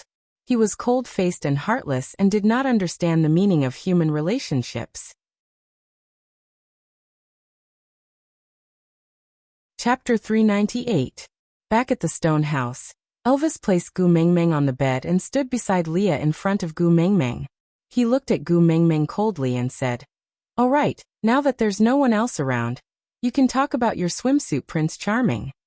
Gu Mengmeng felt that she had been living in an awkward atmosphere for the entire day, and the cancer of awkwardness was about to break out. She smirked and said, "I haven't forgotten." Elvis nodded but did not reply. Leah leaned to the side and looked nonchalant. He fiddled with his fingers and said with some disappointment, "I still remember that you used to call me Beauty. This is the first time I've heard the term Prince Charming. It seems like he's much more beautiful than me, right?" Gu Mengmeng shook her head and said, No. The males in my world can never be compared to you. They're not even on the same level." Leah looked up and curled his lips seductively, saying, "But you call him Prince Charming." Elvis's brows were tightly furrowed and he remained silent for a long time before saying, "The first time we met, you wore that weird outfit. Was it to meet him?" How did you know?" Gu Mengmeng blurted out, but immediately realized that she had said something wrong. She hurriedly covered her mouth, but it was too late. Gu Mengmeng sighed and complained that her IQ was not online today. She looked up at Elvis and said pitifully, "Can I be lenient if I tell the truth?" Elvis remained silent and said, "You dress like that, so it was to meet him." Gu Mengmeng felt like she was caught red-handed in bed. But who the hell ever heard of cheating before marriage? Elvis's eyes were filled with a strong sense of loss and sorrow. He just stared at Gu Mengmeng, his eyes like a black hole, wanting to suck Gu Mengmeng into it. "At that time, you clearly said that you risked drowning for me. Then, you even kissed me. But so that was a lie?" Gu Mengmeng shook her head. Elvis's gaze made her heart ache. She stood up from the bed and flew towards Elvis. The distance was a little far, and if Elvis did not step forward to catch her, she would definitely fall to the ground. But no matter how sad Elvis was, he could not bear to let her get hurt. So before Gu Mengmeng could tilt her body 30 degrees, Elvis had already hugged her firmly in his arms. Gu Mengmeng hugged Elvis's neck and whispered in his ear gently, "Hubby, don't let your imagination run wild. I'll tell you the truth, tell you everything, all right?" Elvis hesitated for a moment, but eventually nodded his head. Gu Mengmeng straightened her body and held Elvis's face. She looked into his eyes and said, "That day, I wore that bikini to meet that swimsuit Prince Charming. But I didn't even see him before I transmigrated here and met you. I do admire him, but he doesn't even know who I am. There's nothing between us really. Don't be sad, okay?" Elvis's brows were tightly furrowed, an uneasy light flashing in his blue eyes. He asked, "What if you saw him that day? Would he not have come here? I almost couldn't meet you, didn't I?"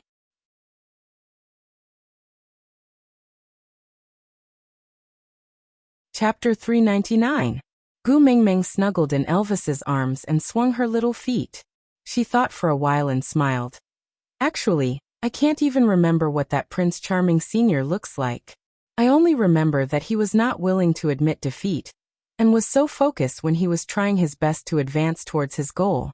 The confidence he exuded when he stood on the podium made me feel dizzy. Maybe I don't like him, I just don't want to be alone anymore, so I found someone to rely on." Elvis frowned and said, "Alone? Don't you have Yu Xijin by your side?" Gu Mengmeng burst out laughing. "Do you still think that Yu Xijin is real? That's just a story. I've explained it many times. There's no such person in real life." Elvis remained silent and did not reply. Leah, however, wagged his tail and said casually, "When you described him, from his eyes to his actions, it was too detailed. It's hard to believe if you said it was all fabricated." Gu Mingming had no choice but to explain what a television was. Then Elvis asked, "You like television?" Gu Mingming nodded and said, "If there's no cell phone, television is the best entertainment. So I actually quite like it." Elvis nodded and asked again, "What does that machine look like? Where can I catch it?" Gu Mingming was taken aback for a moment. Then she laughed out loud and said, "Hubby, that's a product from our world civilization. It doesn't exist here." Elvis's expression was a little disappointed and he muttered, "Is it the magical weapon from the beast deity world?" Pfft. Gu Mingming held back her laughter and nodded, saying, "You can say that, but that thing is harmful to the eyes, so it's good not having it." Elvis nodded and said, "So when you first came here, you couldn't see anything at night because of that machine, right?" Gu Mingming wanted to say that even without a cell phone and television, she couldn't see anything at night, but after thinking about it, she decided not to, so she nodded silently. Elvis hugged Gu Mingming in his arms and patted her back gently to comfort her. "When you were by the beast deity's side, you suffered. I'm sorry that I couldn't appear by your side to protect you at that time. That's why you suffered so much and even hurt your eye." Actually, Gu Mingming was thinking, in such a melancholic environment, if she said that she enjoyed watching television and playing with her phone, would it be too much of a wet blanket? Taking a deep breath, Gu Mingming hugged Elvis back and said, "It's not too late to meet him now. I'm willing to sacrifice my right to watch TV and play with my phone for the rest of my life in exchange for your company." Elvis fell into self-reproach for not participating in Gu Mingming's past, but Leah clearly understood something else. "So before coming here, you've always been alone? Aren't your father and mother accompanying you?" Gu Mingming's smile froze. She pursed her lips and shook her head, saying, "My father abandoned my mother when I was very young and mated with another younger female. From then on, there was no news of him, as if he had disappeared from the world. My mother is currently mating with another male. And this burden, was finally abandoned after my mother and the new father gave birth to a younger brother." Out of topic.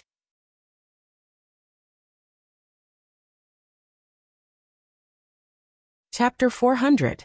Elvis and Leah were so shocked that they could not say a word.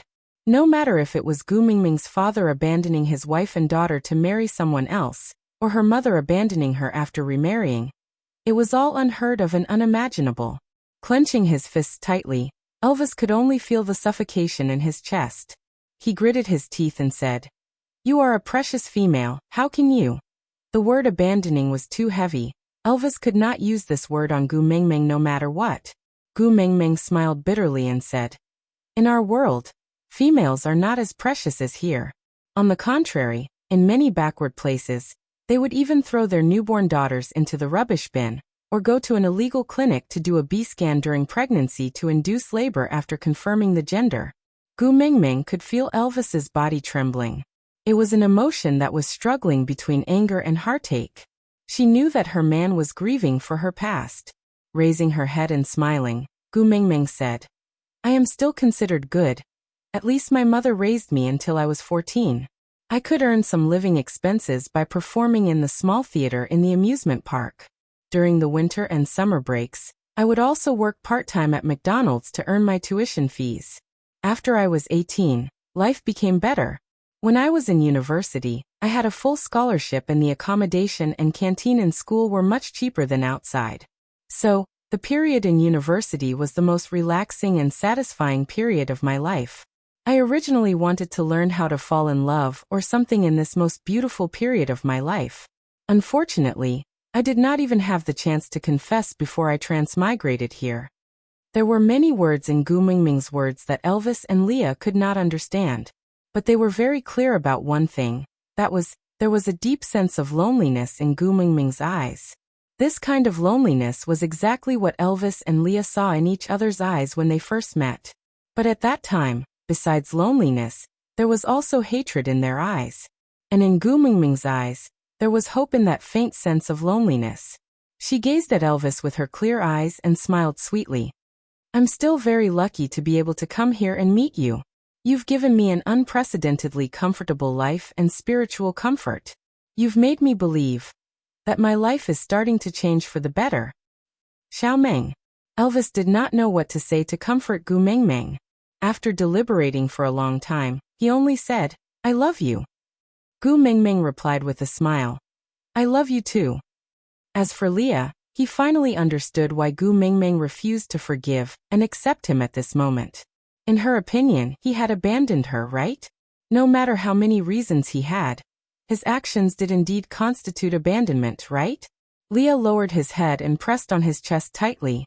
He gritted his teeth but could not see Gu Mengmeng's face. He used to have the right to protect her, to comfort her, and to care for her. But now, why should he feel heartache? Why should he regret it? What right did she have to say, please forgive me? Gu Mengmeng took a deep breath and smiled. All right, why did you make the atmosphere so depressing?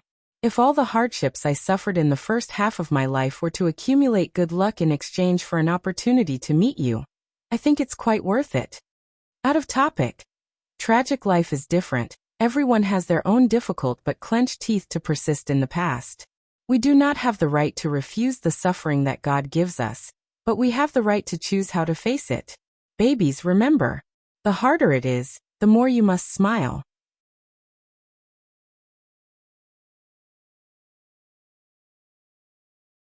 Chapter 401. Although I have both parents, I still have 6 relatives to rely on. But now I have you and our sons. I have a complete family. I will give you all the love that I had no place to store in the past. Then accept your love with peace of mind. That will be very blissful. Gu Mengmeng hugged Elvis and smiled sweetly. So don't worry that I will leave you. You and our sons are all that I have left. Where else can I go after leaving the both of you? Elvis frowned, but the corners of his lips were curled up. He could not tell what he was feeling. He felt heartache and lucky at the same time. He knew the feeling of having nothing but someone. He was in such a state himself. He was the leader of Saint Nazir, but Saint Nazir was not important to him. The only important thing was Gu Mengmeng. And coincidentally, he was fortunate enough to become the only pillar in Gu Mengmeng's heart. Her reliance made him feel very lucky and blissful. But the price of this luck was that she had to struggle for so many years in a place he could not see. Elvis hugged Gu Mengmeng tightly in his arms and kissed her hair, saying, If there is a price to pay for meeting you, then it should have been borne by me. I was too useless. That's why you had to suffer so much. Gu Mengmeng shook her head and said, Didn't you also drift around for so many years to meet me? If the torture he had endured in the past was to meet her. The corners of Elvis's lips curled up slightly. Those bloody scenes, those cruelty, those tortures and those narrow escapes seemed to have quietly changed in his memories. It was not tragic, not pitiful and not tragic. Elvis rubbed Gu Mengmeng's little head and said, Thank you for beautifying my life. That night, Gu Mengmeng told Elvis many interesting things about her working days. She wanted Elvis to not think that her life was too tragic. But no matter how relaxed her tone was, Elvis's expression always became more and more solemn. After that, Gu Mengmeng fell asleep in Elvis's arms in a daze. In her half-awake state, she heard Elvis murmuring softly beside her ear, You still haven't answered me that swimsuit Prince Charming. Who exactly is he? Gu Mengmeng's heart thumped twice and she decided to immediately fall into a deep sleep. An ex-boyfriend appearing in front of her every day.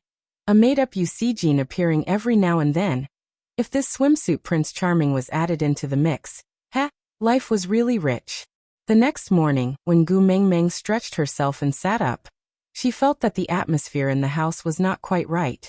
Rubbing her eyes, she realized that Cole was actually standing in the house, wearing a strange outfit.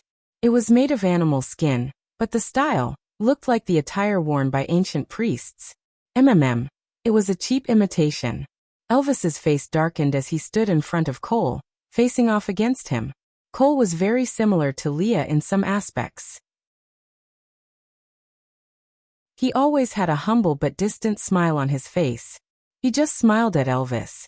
Even though they did not speak, Gu Mengmeng felt as if she could see lightning flashing and thunder roaring between the two of them.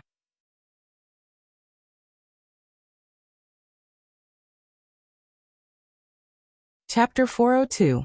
Gu Mengmeng ignored Leah. Every night, this fellow would crawl onto the bed like a Samoyed.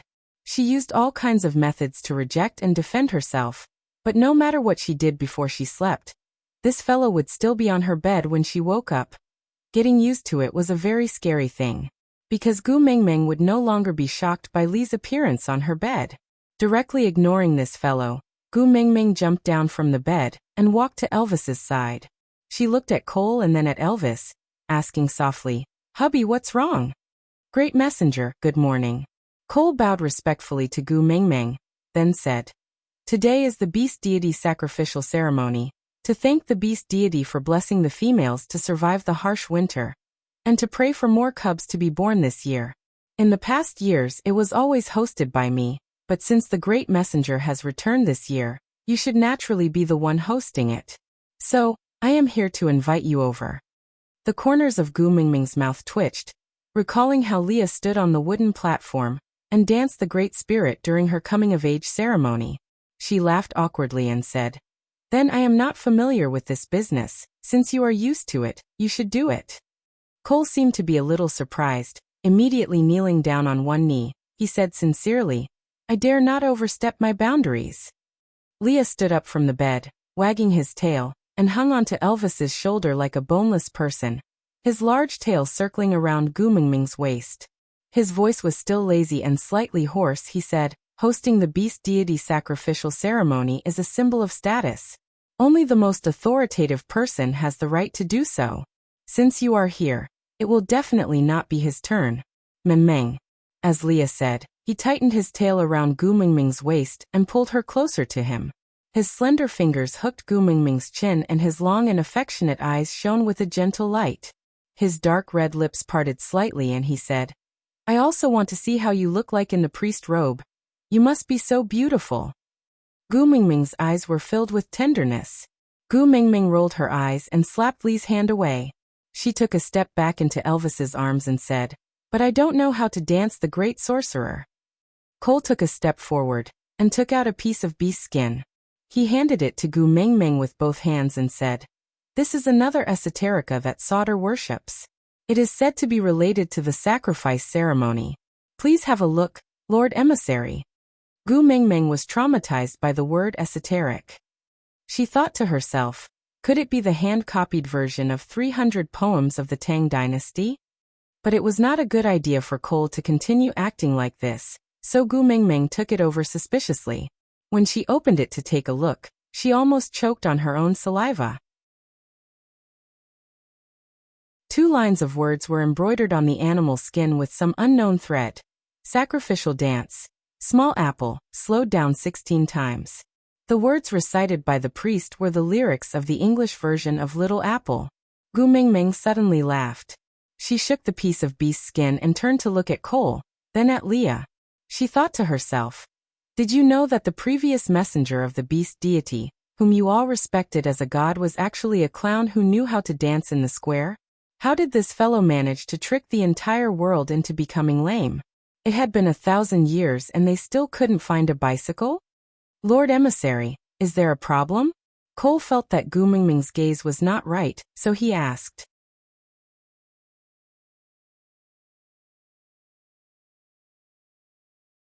Chapter 403.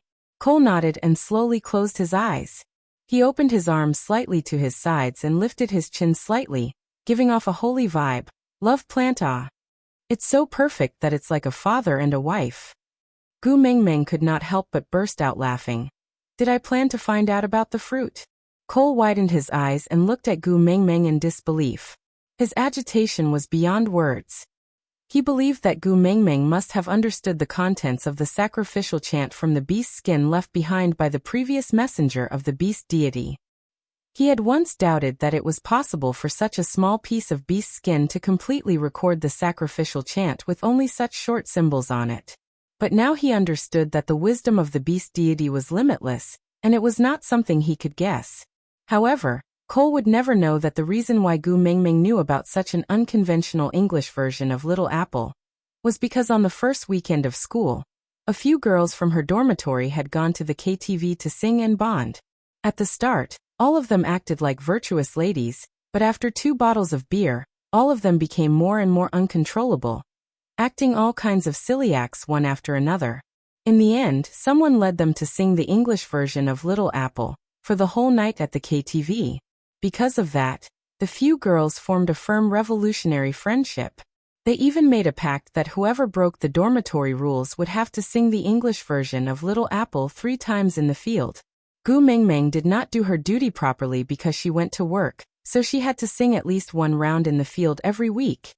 If not for the fact that Gu Mingming was very sure that her dormitory mates were attending classes properly before she disappeared, she would have suspected that the previous messenger of the beast deity was someone from her dormitory.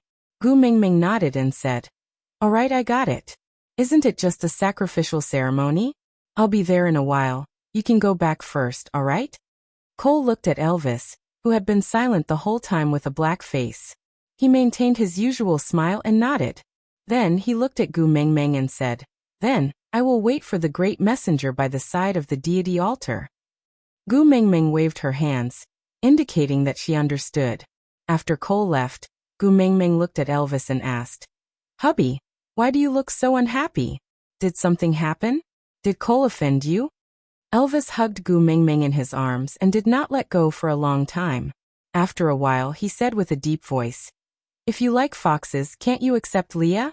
Not Cole, not Cole." Gu Mingming was almost suffocating from Elvis's hug. She said with a dumbfounded expression, "I have nothing to do with Cole. You are always there whenever I see him. I am innocent." Elvis was still hugging Gu Mingming tightly. "You don't like him, right?" Gu Mingming nodded. "I definitely have no intention of liking Cole. Not at all." Elvis heaved a sigh of relief and said, "He came to challenge me just now." "Huh?" Gu Mingming looked at Elvis in shock. Seeing her shocked look, Elvis felt much more at ease. He heaved a sigh of relief and smiled. "He said he wants to become your beast pet and serve you together with Leah."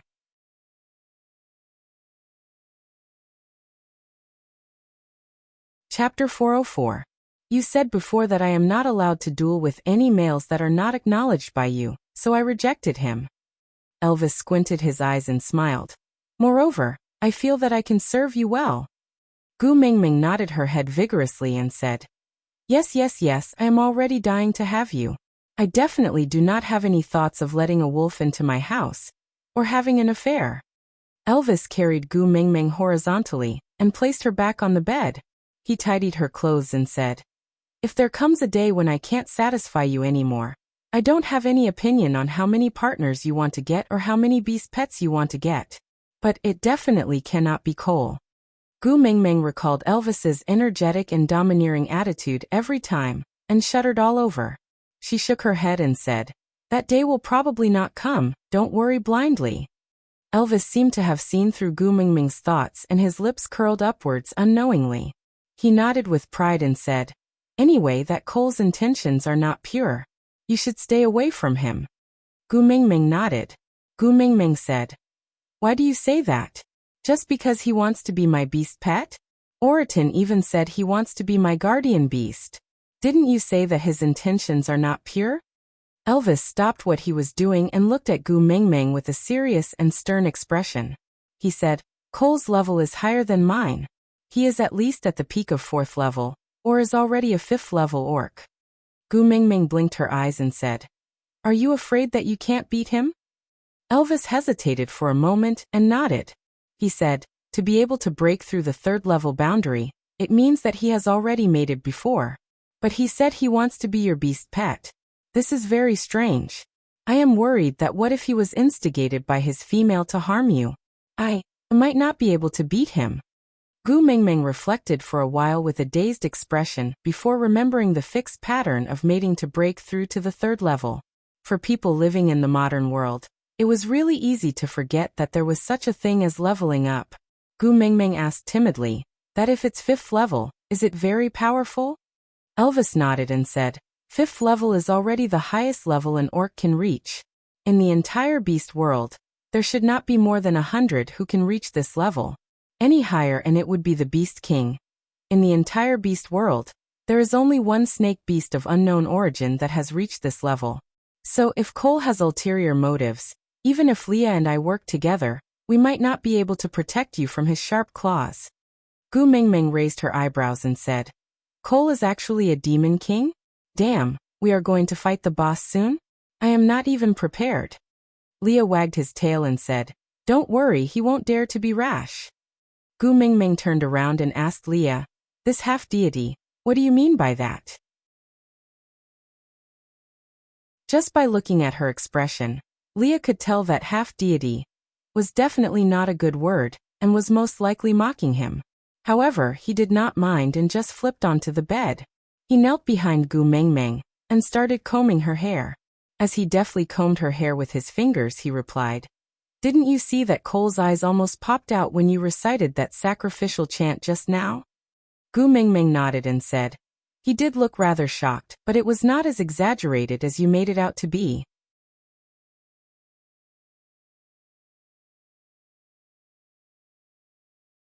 Chapter 405.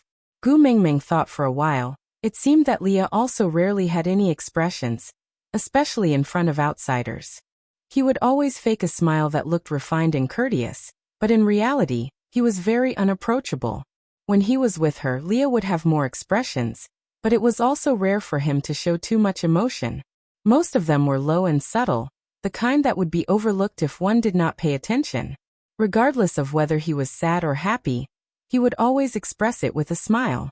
Gu Mingming held her chin and looked at Leah, asking, Does your family have a group rule like must maintain a fake smile like a prince? Leah shook his head. No, at least my father did not teach me this rule. Gu Mingming asked, Then why do you and Cole look like the wax figures in Madame Tussauds wax museum? Your expression is an unshakable fake smile? Leah remained silent for a moment, as if he was organizing his thoughts before replying, Maybe it's because he is too important to me, so I started to imitate him unconsciously. Gu Mingming thought for a while. Maybe. The eldest brother was like a father, and a father's love was as heavy as a mountain? Li's past was filled with too much sadness, and Gu Mingming did not want to rub salt on his wounds, so she did not continue asking, and just changed the topic back. Then maybe he was just shocked because he did not expect me to really know that sacrificial incantation? That doesn't mean anything. If someone could recite the Great Xinhua Dictionary in front of me, I would also be very shocked. Leah shook his head, giving a meaningful smile. You only saw shock on his face?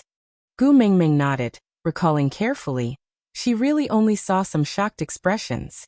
Leah hooked Gu Mingming's chin, then scrutinized every detail on her face like he was admiring a piece of art.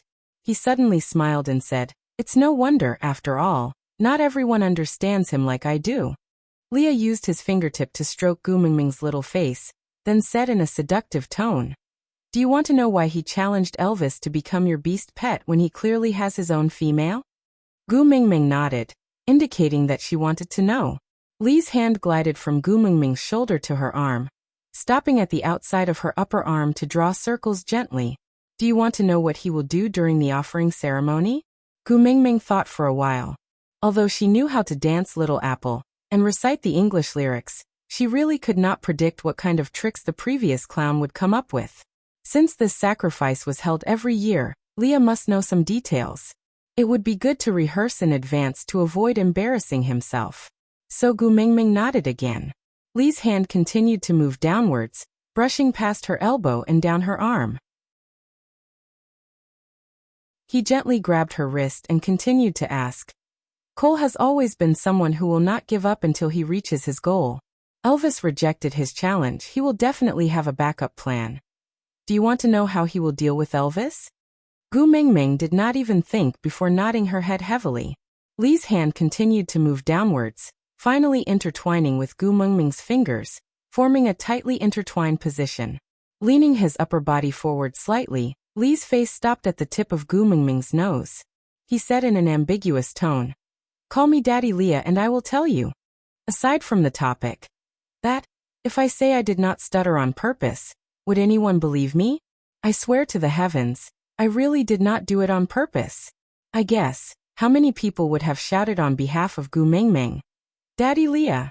So, today's 9 o'clock has ended.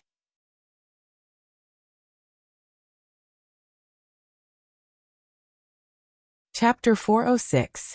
Gu Mingming's face fell. She rolled her eyes and said an affectionate scram, before pulling back her hand and turning to leave. But Leah followed closely behind her, wagging his big tail and said, "You obviously want to know. Why are you still so awkward? Just say it once, come on, whisper it softly, just for me to hear." Gu Mingming turned her head and said, "I don't want to know anymore." But Leah smiled and rubbed Gu Mingming's little head, saying, "What an awkward yet cute little fellow. Hey, calling me daddy in front of Elvis. Just thinking about it makes you feel like a little deer is running wild." Gu Mingming blushed and turned to look at this ex-boyfriend who wanted her to call him daddy in front of her hubby. She shouted in embarrassment, "Scram." Leah shrugged his shoulders and said, "If you're really embarrassed, then let Elvis do it. If he does, I can barely accept it." Puffed. Gu Mingming choked on her saliva and started coughing violently. Her mind started to uncontrollably flash with some SM scenes. Leah smiled coldly and sickly, waving his little leather whip in a condescending manner, whipping Elvis, who was wearing a bikini. Then Elvis whimpered and called out, "Daddy Leah, eh." Goosebumps rose all over Gu Mingming's body, and she felt uncomfortable all over. She even started to be unable to look Elvis and Leah in the eye. But Leah just had to walk to Elvis's side in a flirtatious manner. He placed an arm on Elvis's shoulder and used his fingers to play with Elvis's ears, blowing air into his ears, saying, "Mingming really wants to know, how is it? Do you want to help her? Call me Daddy Leah, and I will fulfill my little wish." Gu Mingming screamed in her heart. No, hubby." Elvis's face was cold as he turned his head and said expressionlessly, "I have a better idea." "MMM?" Leah blinked his eyes and responded with a single syllable instinctively. Before his brain could react, his knees gave way and he was stunned by the powerful aura that Elvis suddenly exuded. The irresistible difference in level caused him to lose his balance. He fell down, and his whole body was in a rather sorry state. Elvis remained standing at the same spot, and looked down at Leah from above. "Don't go against the orders of the head of the family, and don't challenge the authority of the first partner. Otherwise you'll be miserable and ugly." After Elvis finished speaking, he retracted his pressure. Then he saw Leah pouncing into Gu Mingming's arms shamelessly, as if he had been wronged. He curled up beside Gu Mingming's legs in a kneeling position, burying his head into Gu Mingming's thighs. His large furry tail wrapped around half of his body and he said with a tearful look, "Mingming, Elvis is bullying me again. You have to protect me." Sobs, sobs, sobs. "I want to mate. I want to level up." Sobs, sobs, sobs. Gu Mingming looked at Leah in astonishment, and only regained her senses after a long while. She asked softly, "Pardon me for asking, did you graduate from the Beast World Drama Queen Academy? The Oscars really owe you 10,086 Oscars." Elvis walked to Gu Mingming's side and carried her up. Then he stepped on the base of Lee's tail with one foot and transformed his other hand into a wolf's claw. With a cold face he said, "Answer Xiaoming's question, or I will shave off all the fur on your tail." "Shave all off."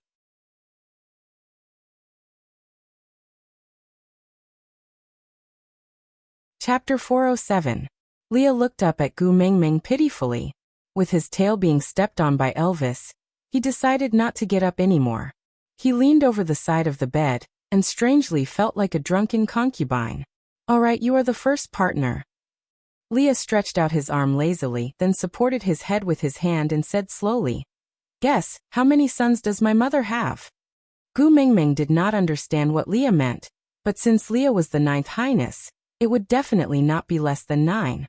Gu Mingming vaguely remembered that foxes gave birth to an average of 7 to 10 cubs per litter, but only around 4 survived. Unless they had masochistic tendencies, they would not count their dead sons in the ranking. So if Leah was the ninth highness, then he would have at least 2 to 3 litters, right? So Gu Mingming guessed, 11 or 12? Leah shook his head and smiled slyly, saying, 9, I am the youngest. Gu Mingming smiled awkwardly, completely not understanding what was going on with Lee's smug expression. Was being the youngest in the family also a glorious thing?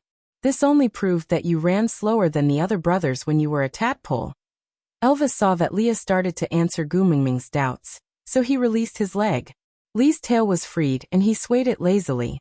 He flipped over and sat up, looking at Elvis saying, "Next time if you want to threaten me, you have to come up with a more reliable reason, or else I will not cooperate with you." Elvis raised his eyebrows saying, "You don't believe that I will shave all your fur?" Leah shook his head, with a "you are an idiot" expression saying, "Ming Ming likes my tail so much, if you really shave it, I don't mind. At most I will temporarily maintain my human form, and not show my tail. But the one who will be disappointed will definitely be Ming Ming. Will you do anything that will make her sad?" Elvis clenched his teeth and said coldly, "I can try once occasionally." "TSK, you really know how to brag," Leah said with a face full of disdain. Gu Mingming face-bombed. Sometimes she really wondered how this pair of enemies could live together peacefully in the past. With Lee's cheap mouth. How did Elvis resist from strangling him to death in the past? Stretching out her hand, Gu Mingming gestured for him to stop. "Can you answer my question first? I'm going to perform a recital at the sacrificial ceremony later. I'm in a hurry." Leah smacked his lips and resumed the rhythm. "Then do you know what Cole's ranking in the family is?" Gu Mingming had an inaccurate concept of the beast world. Many of the systems here resembled the feudal society in ancient China. Thus, almost without thinking, he blurted out, "Boss." Leah was still smiling and his expression did not change, but Gu Mingming could see a tinge of sadness in his smile. Frowning, she asked, "Why? Isn't he the boss?" Leah shook his head. "He's the second oldest." Gu Mingming did not understand where the sadness on Lee's face came from, but her instincts told her that Leah would not ask some irrelevant questions. He couldn't help but think of the inheritance system that existed in ancient times, passing it on to the eldest son. If Cole was the second oldest, then shouldn't he inherit the position of Sauter's leader? Gu Mingming felt a chill in her heart. She asked carefully, "Then what about your eldest brother?" Leah nodded, as though he was praising Gu Mingming's sharp senses. But that forced smile was so pale and heart-wrenching. "Aside from the topic, when I have the money to buy a house, I must choose a place that is the furthest from the square." Sob, sob, sob. "There are activities downstairs every day. Singing White Hair Girl, 8 times a day. I don't want to live anymore."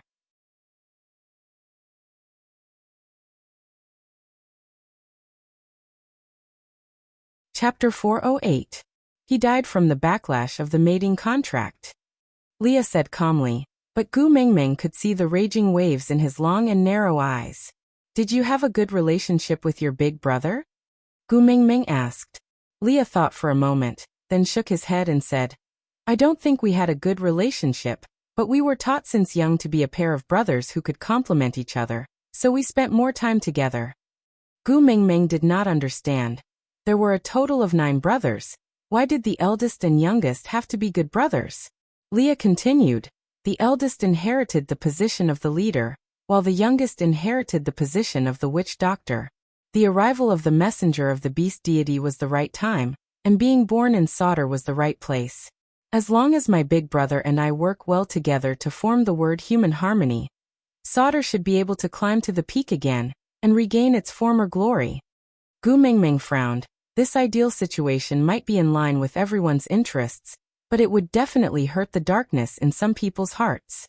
As for who that person was, the answer was almost obvious. "So, Cole killed your big brother's partner?" Gu Mingming asked. Leah shook his head and said, "On the day my big brother died, his partner disappeared from this world.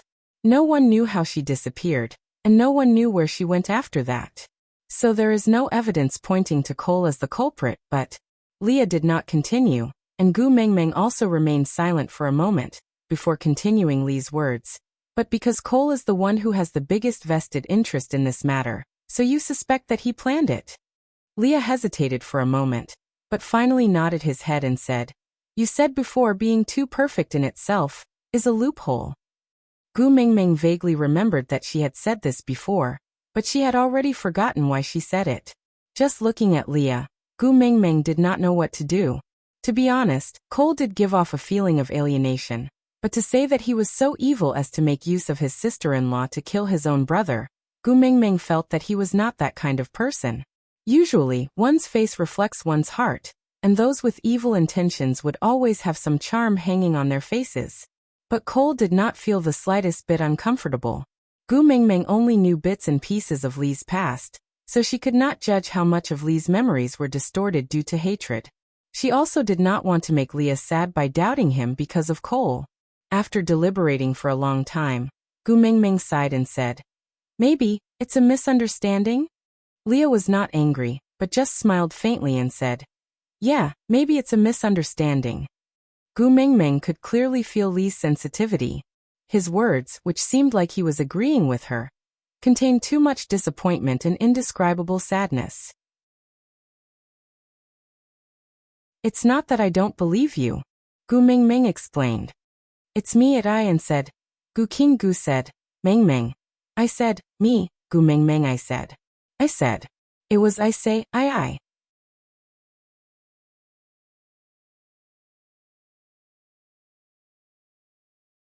Chapter 409. I'm sorry. Gu Mingming apologized. Leah realized that his emotions had put Gu Mingming in a difficult position, so he purposely exaggerated his disappointment and sadness. He hooked Gu Mingming's chin seductively and said, "You clearly know that compared to an apology, I want to hear your confession more. Why don't you call me Daddy Leah?" Sometimes, Gu Mingming really could not tell which words Leah said were real and which were fake. Seeing that he was fooling around again, she pushed his hand away and said, "It's useless if you don't talk nonsense. Didn't you say you will tell me what Cole will do next?" Rambling on and on. "Why are you not focusing on the main point?" Leah twitched his lips and said, "You are quite interested in Cole. Why? Do you really want him to be your beast pet and serve you together with me?" Gu Mingming's beautiful eyes widened and she said, "Swallow the word serve. If I hear it again, I will fall out with you." Leah nodded and said obediently, "All right, how about changing it to serve?" "How about serve?" Gu Mingming clenched her teeth and screamed in her heart. "Heavens, there is a fox spirit here. I wonder if he has passed the tribulation? Do you want to consider sending a bolt of lightning to strike him?" Leah cleared his throat and stopped joking before continuing. "The snow foxes are the followers of the messenger of the beast deity. In this tribe, serving the messenger of the beast deity is the most important duty. In these 1,000 years, there are many snow foxes who have made it in order to break through the third-level boundary. My father is one, my elder brother is another, Cole is also one. Moreover, Cole is the one who has done this the most out of all the people I know." Gu Mingming tilted her head and asked, "What do you mean?" Leah said, "Be it my father, my elder brother or the snow foxes who have made it in order to break through the third-level boundary, even if they don't like their own females that much, they would still protect and take care of them. As for Cole, no one in the tribe knows who his female is and no one has ever seen him care for any female." "Oh, you are an exception." Gu Mingming rubbed her temples helplessly. "So you suspect that I am Cole's female?" Leah shook his head and said, "If he was your male, he wouldn't need to challenge Elvis to snatch my beast pet position." Gu Mingming. "I was speechless." Leah said, "What I want to say is, why would a male who doesn't even care about the female he has mated with suddenly come to woo you? I want to be your beast pet?" Gu Mingming said, "Shouldn't you be answering my question?" Leah had a, "Is that so?" When Gu Mingming waved her fist, he smiled evilly and continued, "When I was banished from Sauter, Cole had just mated and had yet to break through the third level. After not seeing her for so many years, her strength should have increased a lot, so he was not worried about the backlash of the mating contract, so he did not care about the female at all. And you? I'm afraid that in his eyes, you're not just a female, but a supreme authority." Gu Mingming said, "So, you think that Cole wanted to get the blessing of the messenger of the beast deity, so he wanted to seduce me?" Leah nodded and said, "Something like that."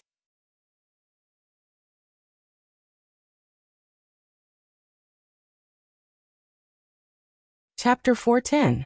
Leah smiled and waved his tail. He leaned back and placed his elbows on the side of the bed. "Don't forget the fox seductive fragrance of the snow fox tribe." Gu Mingming's face froze. Damn it. She was hit by Li's fox seductive fragrance during the battle with Elvis in the wild. Her back was sore for a few days, and it felt like she was hit by a train. Elvis frowned and continued Li's sentence. Isn't the fox's seductive fragrance supposed to increase the pleasure of mating? Could it control a person's mind? Leah covered his lips and smiled. He looked at Elvis with a "oh my god, you are so innocent and naive" expression. Elvis's face darkened and he reached out his claws to shave Li's tail. But Leah waved his tail and darted into Gu Mingming's arms. He forcefully stuffed his furry large tail into Gu Mingming's hands. Gu Mingming instinctively stroked it twice before realizing that Elvis's face had darkened. He stood silently opposite her without saying a word. Gu Mingming threw away Li's tail, as if she was electrocuted. She grinned and moved closer to Elvis. Furry fetish is an illness. Moreover, I am the kind of patient who is beyond cure. I can't control my claws. Gu Mingming stretched out her two little hands and clenched them into fists. She looked like a cat's paw. Why don't you chop off my hands? Sobs, sobs, sobs. Elvis looked at Gu Mingming, feeling annoyed and amused at the same time. The jealousy he felt when he saw her touching Li's tail in satisfaction had long been dispelled by her soft and gentle words. A sweet feeling spread in his heart like honey. He reached out to hold Gu Mingming's little hand and brought her into his arms. Then he placed his tail into her hands. He whispered into her ear, "When your illness acts up, think of me first, all right?" "Yeah." Gu Mingming hugged Elvis's large tail and nodded her head sweetly. She was also extremely satisfied.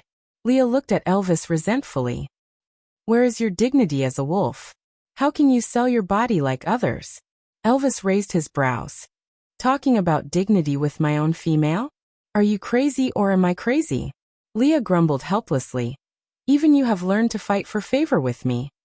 Elvis ignored his little emotions and said, "You haven't answered my question. Will the fox's seductive fragrance disturb a person's mind?" Leah shook his head and said, "The fox's seductive fragrance itself can only increase the sensation during mating. But as long as it's used well, the female will have the illusion that she's deeply in love with the male and will listen to everything he says." Gu Mingming was taken aback. She looked up at Leah with a complicated gaze. Leah returned Gu Mingming's gaze, and the curve of his faint smile revealed his gentle and serious curves. His long and narrow eyes were filled with deep affection and longing. "I won't use the fox's seductive fragrance on you. I also want to wait until the day you personally say yes." Gu Mingming blushed and lowered her head to avoid Li's gaze. Because she was unable to bear his deep feelings, and also because, damn it, on the day she mated with Elvis, this fellow was indeed eavesdropping at the entrance of the cave. Leah did not like Gu Mingming's conflicted and troubled look. So he quickly brought the topic back to Cole. "But Cole is different.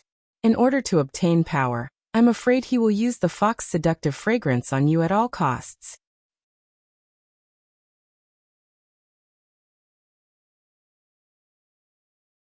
Chapter 411. Then what should I do? Gu Mingming was a little afraid. She was someone who had experienced the fox's seductive fragrance before. Unknowingly, she would fall into that enchanting state, and there was no way to resist it. Leah looked up at Gu Mingming with a serious and cautious expression. He did not smile, but it made one feel more at ease. "Don't leave my side. No matter when, no matter where, no matter what you want to do, you must bring me along." Gu Mingming looked at Leah in a daze. She hesitated for a moment before asking, "Can I bring Elvis along?" Leah shook his head. "Only the snow fox tribe is most sensitive to the fox's seductive fragrance. Apart from me, the entire snow fox tribe can't wait for you to stay and solder. So even if someone finds out that Cole is using the fox's seductive fragrance on you, no one will warn you. Although Elvis is more familiar with the fox's seductive fragrance, he needs to use a large amount of it, and it has already taken effect. Only then would he be able to detect it faster than normal orcs. But with Cole's cautiousness, do you think he will use a large amount on you so openly that you will not be able to control yourself and pounce on his fox's seductive fragrance in public?" Gu Mingming thought about it seriously before shaking her head. She agreed with Li's words. Gu Mingming hugged Elvis's tail. Her little face looked even more crystal clear under the contrast of Elvis's punk-style tail. Her doe-like innocent eyes carried a tinge of grievance and helplessness. "Hubby." Elvis rubbed Gu Mingming's little head. "Don't be afraid. I will protect you with Leah." This situation, we have long expected it. Gu Mengmeng then recalled that when Leah and Elvis established Saint Nazir, they were preparing to welcome the messenger of the beast deity and replace Sauter. She nodded and felt much more at ease. Leah continued. There will definitely be some accidents during the sacrificial ceremony later. Gu Mengmeng turned her head. Why? Does Cole want me to die on stage in public? Leah shook his head. No, he probably wants to be a hero and save the damsel in distress. I heard that all females fall for this. Gu Mengmeng's lips twitched. Acting as Qiong Yao? Leah smiled but did not reply. He just looked at Gu Mengmeng and instructed. Later on, no matter what, you must not be more than 3 steps away from Elvis and I. No matter what method Cole uses to separate us, you must try your best to reject him.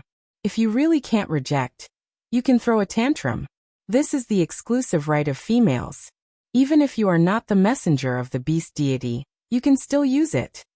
Gu Mengmeng raised her head and said, I'm gentle, and well-mannered. I'm not capable of throwing a tantrum. Leah said, just bring out the imposing manner you had when you used the potato to smash Elvis. No, as long as I bring out half of my aura, it should be enough to intimidate everyone. Gu Mengmeng facepalmed. Dark history. This was definitely a dark history.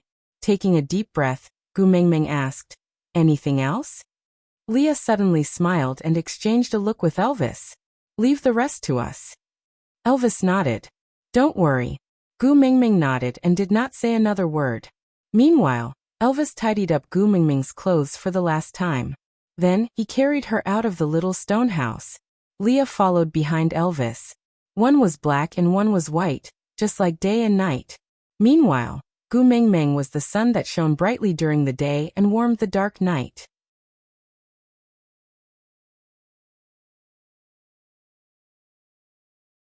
Chapter 412. Gu Mengmeng came down from Elvis's arms, but did not leave his and Lee's side. She was escorted up the altar by Elvis and Leah, and did not stop when she passed by Cole. At the end of the day, she trusted Leah more than Cole.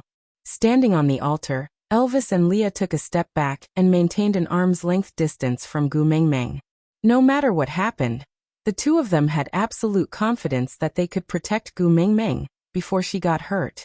Gu Mengmeng swept her gaze below the altar and unexpectedly discovered an interesting situation.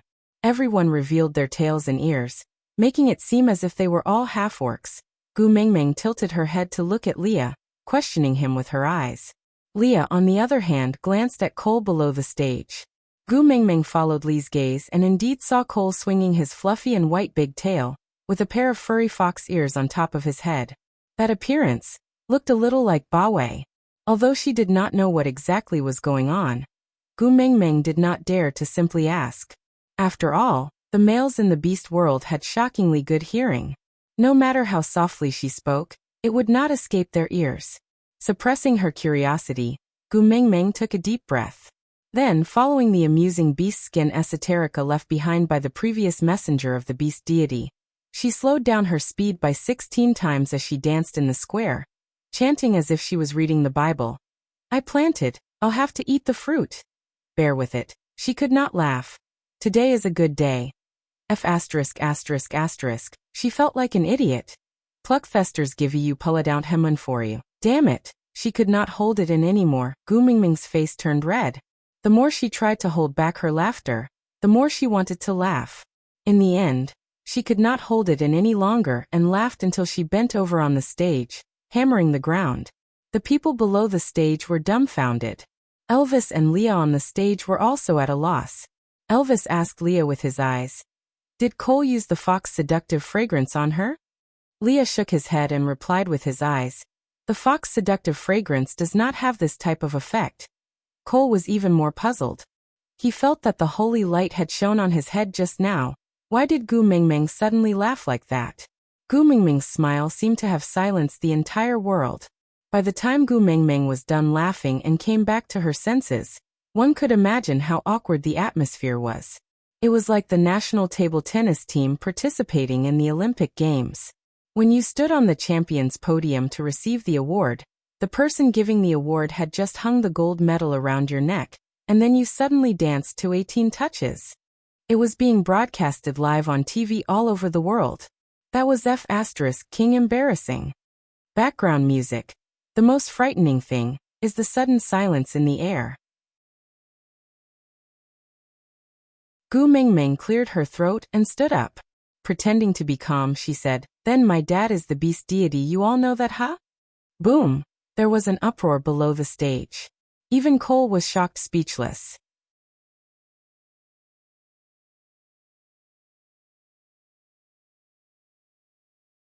Chapter 413. Miscalculation. Such a miscalculation. Damn it. Now it was back to normal. Gu Mingming glanced around at the sea of people with flags waving in the wind and the joyous scene. She laughed awkwardly and thought to herself, "Ha, how could it be back?" Clenching her teeth, Gu Mingming decided to treat this sacrificial ceremony as a surprise version of a mini-theater in an amusement park. There was one time when the main character was heartbroken and spouted nonsense on stage, changing his lines randomly. Then the supporting actors had to act according to his words on the spot. And surprisingly, that scene received unanimous praise from the audience, saying that it was rich in emotions, exquisite and full of emotions. Taking a deep breath, Gu Mingming gestured for everyone to quieten down and said, "Let me formally introduce myself to everyone. I am the eldest daughter of the beast deity, Gu Mingming.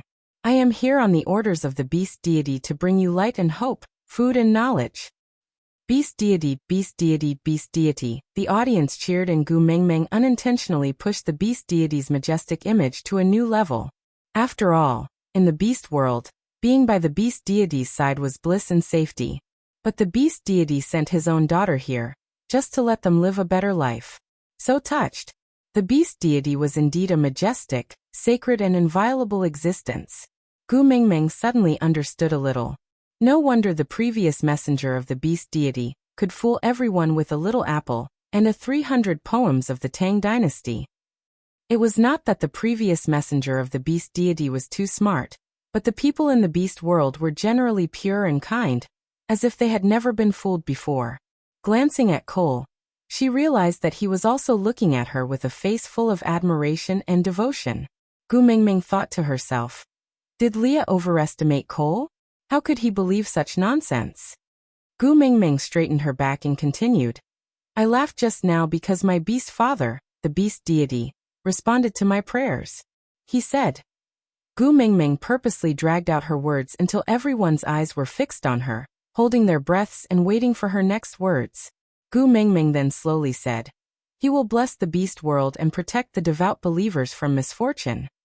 It was actually very immoral for Gu Mingming to fool people like this, because even the content she used to fool them was not original.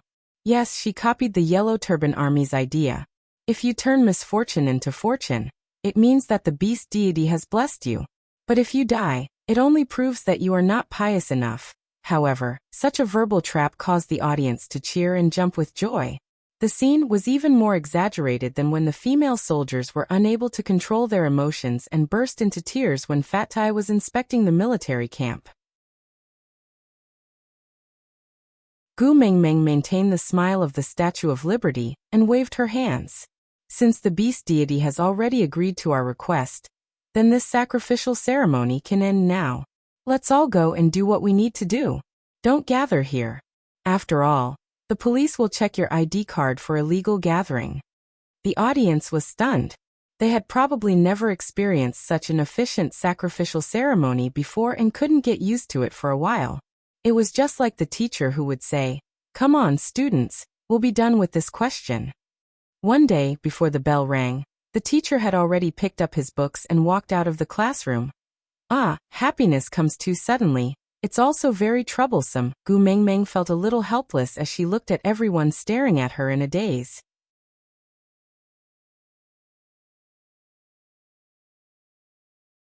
Chapter 414. Actually, the orcs did not know how to count, but at least they knew that the quota was getting lesser and lesser. Moreover, 6 single males had become partners in just a few days, and they were all the top beauties in their respective tribes. This was indeed the beast deity's blessing. Because of this, the males became even more enthusiastic, shouting for Gu Mingming to announce the selection rules for this round. Gu Mingming gestured a please be quiet gesture, then put on the professional smile of a female executive, saying, considering the families of the warriors, the number of applicants this time is set at 5. The topic of recruitment is this. Gu Mingming took out 2 chilies, one red and one green, from her pocket. Only Elvis and Leah knew about this method of making pockets on beast skin. So when Gu Mingming conjured 2 strange fruits out of thin air, the crowd below the stage was shocked once again. Gu Mingming completely did not know that her unconscious action was as shocking as swallowing the Leaning Tower of Pisa in front of everyone.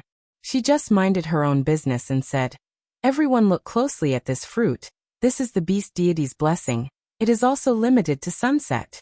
The top 5 who bring back the most will obtain the quota to join Saint Nazir. After Gu Mingming finished speaking, she threw the 2 chilies into the crowd saying, this is for you to use as a sample. Gu Mingming regretted after throwing it. It was like throwing a piece of meat bone into a wolf's den. Would there be a stampede? Elvis carried Gu Mingming and said, since we are done, let's go back to the stone house first. Gu Mingming nodded, looking back at the crowd worriedly. Where are they? Finished fighting? So efficient, passing by Cole. Cole did not stop Gu Mingming from leaving, but instead followed behind Elvis, walking shoulder to shoulder with Leah. Leader Cole, why are you following us? Your place is in the opposite direction. Gu Mingming said. Cole was still smiling, asking, mighty messenger, if I find the most beast deity's blessings, can I also join Saint Nazir? Gu Mingming's lips twitched, saying, didn't I say it previously? Your Sauter is the tribe of the previous messenger of the beast deity. It is against the rules for me to snatch their territory the moment I arrive. You better guard Sauter well. Cole seemed a little down as he asked, could it be that Sauter has already been abandoned by the beast deity, so it can't receive the messenger's favor? Gu Mingming laughed awkwardly and said, a new ruler brings his own courtiers. This has been the case since ancient times.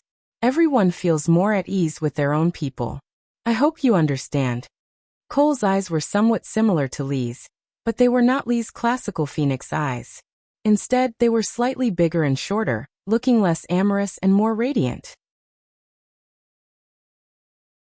And at that moment, those radiant eyes were like transparent glass refracting the sunlight, shining directly on Gu Mingming's face. He asked, can't I also become one of the great messenger's people? Gu Mingming laughed dryly and said, of course not. I'm not interested in other people's husbands. It's immoral to destroy other people's families. I won't do such a thing. The great messenger knows that I have made it? Cole asked. Gu Mingming said, my hubby is a 4th level orc. You were completely fine the last time he released his pressure. This proves that you've broken through the boundary of level 3, right? Aside from the topic, it's time to say our goodbyes once a day again. Today's 9 o'clock has ended, babies. See you tomorrow.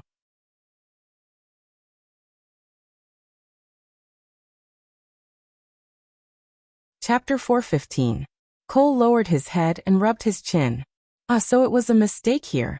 If I had known earlier, I would have pretended to faint. Gu Mingming smiled awkwardly. This is not the main point, right? Cole looked up. Then what is the main point? Gu Mingming was taken aback. She suddenly could not remember what the main point was.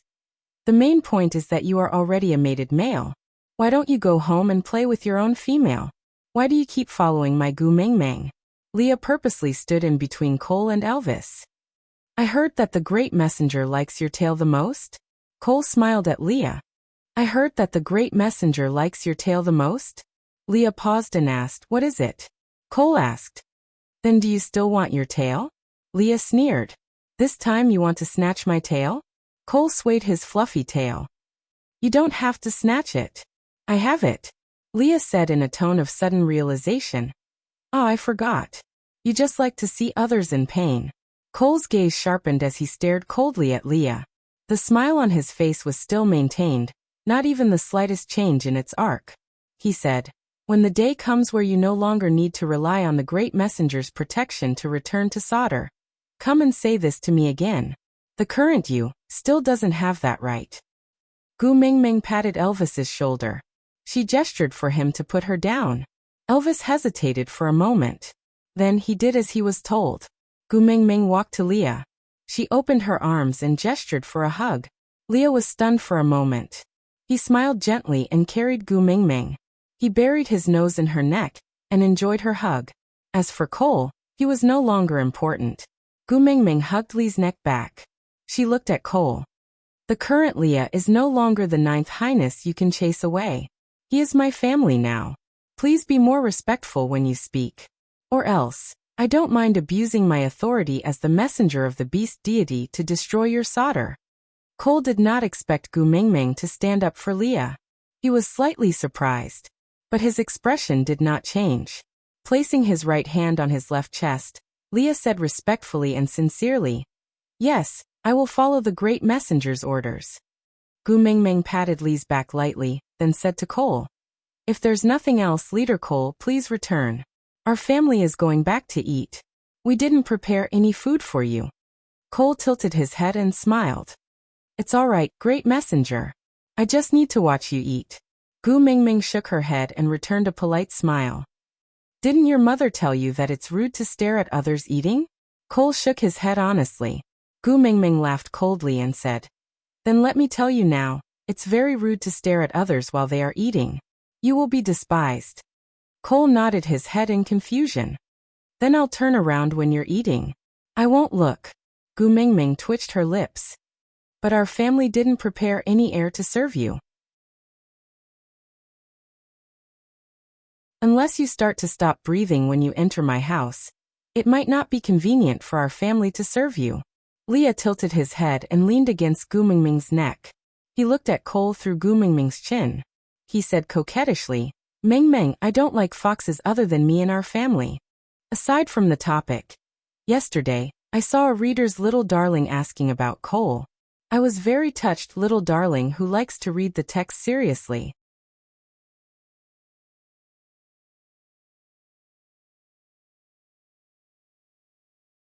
Chapter 416. Gu Mingming looked at Cole apologetically and said, "You heard it. Leah has always been this awkward and can't tolerate a second vixen at home. So I'm sorry, don't go to my little stone house if there's nothing important in the future." Cole tilted his head and asked in confusion, "Is the great messenger siding with Leah?" Gu Mingming nodded and admitted openly, "Yes, can't you tell?" Cole nodded and said, "I can tell. But I'm not sure, so I'm just asking." Cole remained silent for 2 seconds before continuing to ask, "Since the great messenger likes Leah so much, why don't you mate with him and instead let him stay in the position of a beast pet?" This was Gu Mingming's weakness. Although her breakup with Leah was planned by Leah, she couldn't explain why, but she felt a sense of guilt. It was as if she was the one who betrayed them. Maybe it was because after the breakup, she had Elvis and was living a blissful life. But Leah had always been single for no reason, staying by her side as a beast pet, to protect her. But now, what else could she give him in return? Relationships were the most vulnerable things in this world. Elvis took a step forward and blocked Cole's gaze, saying, "Who do you think you are? Why do we need to answer to you about our family's matters?" Cole suddenly laughed. From his point of view, although there were only 3 people in Gu Mingming's family, but this family relationship was so messy and hard to understand.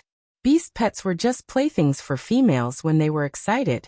Females would not take it to heart even if they were ridiculed by others. But Gu Mingming was standing up for Leah. Although the first partner would not stop females from mating with other males, he would usually create obstacles in the dark and not let other males get close to his own female easily. This was especially true for males who were handsome and liked by females. They were even more guarded against them. For someone like Leah, he should be guarded to the death before mating. Someone had ridiculed his status as a beast pet. Shouldn't the first partner stand by and watch coldly? It would be best if Gu Mingming would say something to provoke Leah and make him leave disheartened.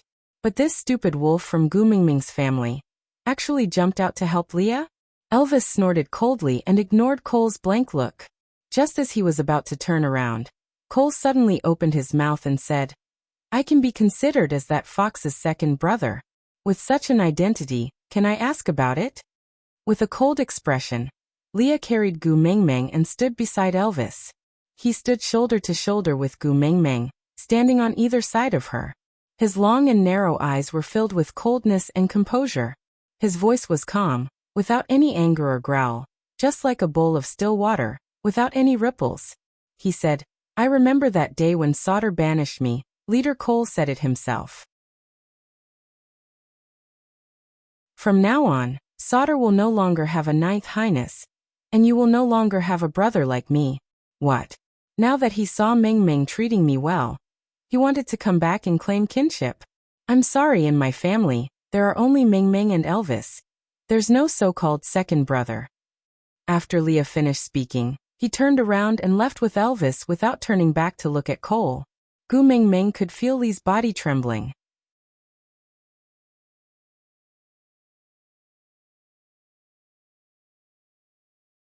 Chapter 417. Was he always like this? Pretending to be nonchalant and able to face everything with a smile.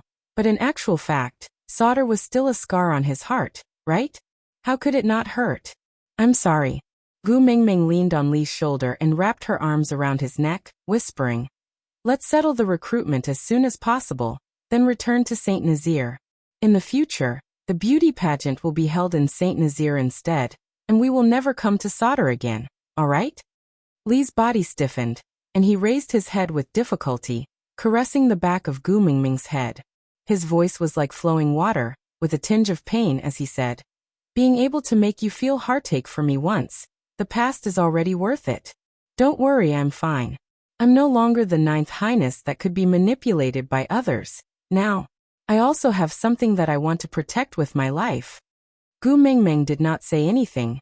She remembered Elvis saying that in the past few years, Leah only had destruction in his eyes. Everything he did was to destroy Sauter. But now he said that everything he did was to protect something with his life. Her heart shrank violently. Could she say that she did not understand? Did she not understand what he wanted to protect? Gu Meng Meng's hands subconsciously tightened, and she bit her lower lip, using an almost inaudible voice to say, "I'm sorry, Leah." Lee's smile was so bitter, but he could not bear to put Gu Meng Meng in a difficult position. Hence he took a deep breath and forced his smile to look bright and affectionate. He said in an extremely ambiguous tone, "You know, compared to an apology, I prefer to hear a confession. If you really love me, why don't you call me Daddy, Leah?" Gu Meng Meng did not say anything, just quietly hugging Leah, snuggling in his arms along the way, quietly, not struggling or making a noise. Leah knew that Gu Meng Meng was comforting him. He also knew that once they returned to that stone house, Gu Meng Meng would return to Elvis's arms, and would not let him hug her like this again. His footsteps slowed down unknowingly. He hoped that there was no end to this road. But in the end, they still returned to that small stone house. There were two people standing outside the house. Gu Meng Meng was taken aback for a moment, recalling that one of them was the first partner of that half-beast snake Ellie. What was his name again? Gu Meng Meng had forgotten. Waving her hands, Gu Meng Meng smiled and said, "Hi, Official Su Xian. How come you have time to come here today? Don't you need to serve your Bai Suzhen?" Ellie's first partner pointed at his own nose and said, "Lord Su Xian?" Gu Meng Meng nodded sincerely and said, "Yeah, let me tell you, there are 3 people I admire the most in my life. Dong Yong dared to sleep with immortals, Ning Kaichen dared to sleep with ghosts, and Su Xian dared to sleep with snakes." I really didn't expect that I would actually meet a living one. TSK, TSK, TSK. This is definitely something that I'll see in my lifetime. Leah knew that Gu Meng Meng's nonsense was a signal, indicating that he should let go. Placing Gu Meng Meng on the ground, Lee's gaze was filled with unconcealable gentleness. He watched as the last strand of her hair slipped away from his fingertips, as her joyful back view leaped up and walked to Darch, patting his shoulder and smiling in a rather wretched manner. Leah could not help but smile too. Even though his arms were empty, Leah already felt very satisfied looking at her like this. You're tuning in to the Li Mei's Wuxia Whispers YouTube channel. We're so grateful for your support, and don't forget to subscribe to join us on this incredible journey through captivating stories. Your generosity through donations truly makes a world of difference, as it's the primary source of revenue that allows me to expand and enhance this channel for you. Thank you from the bottom of my heart for being a part of this adventure.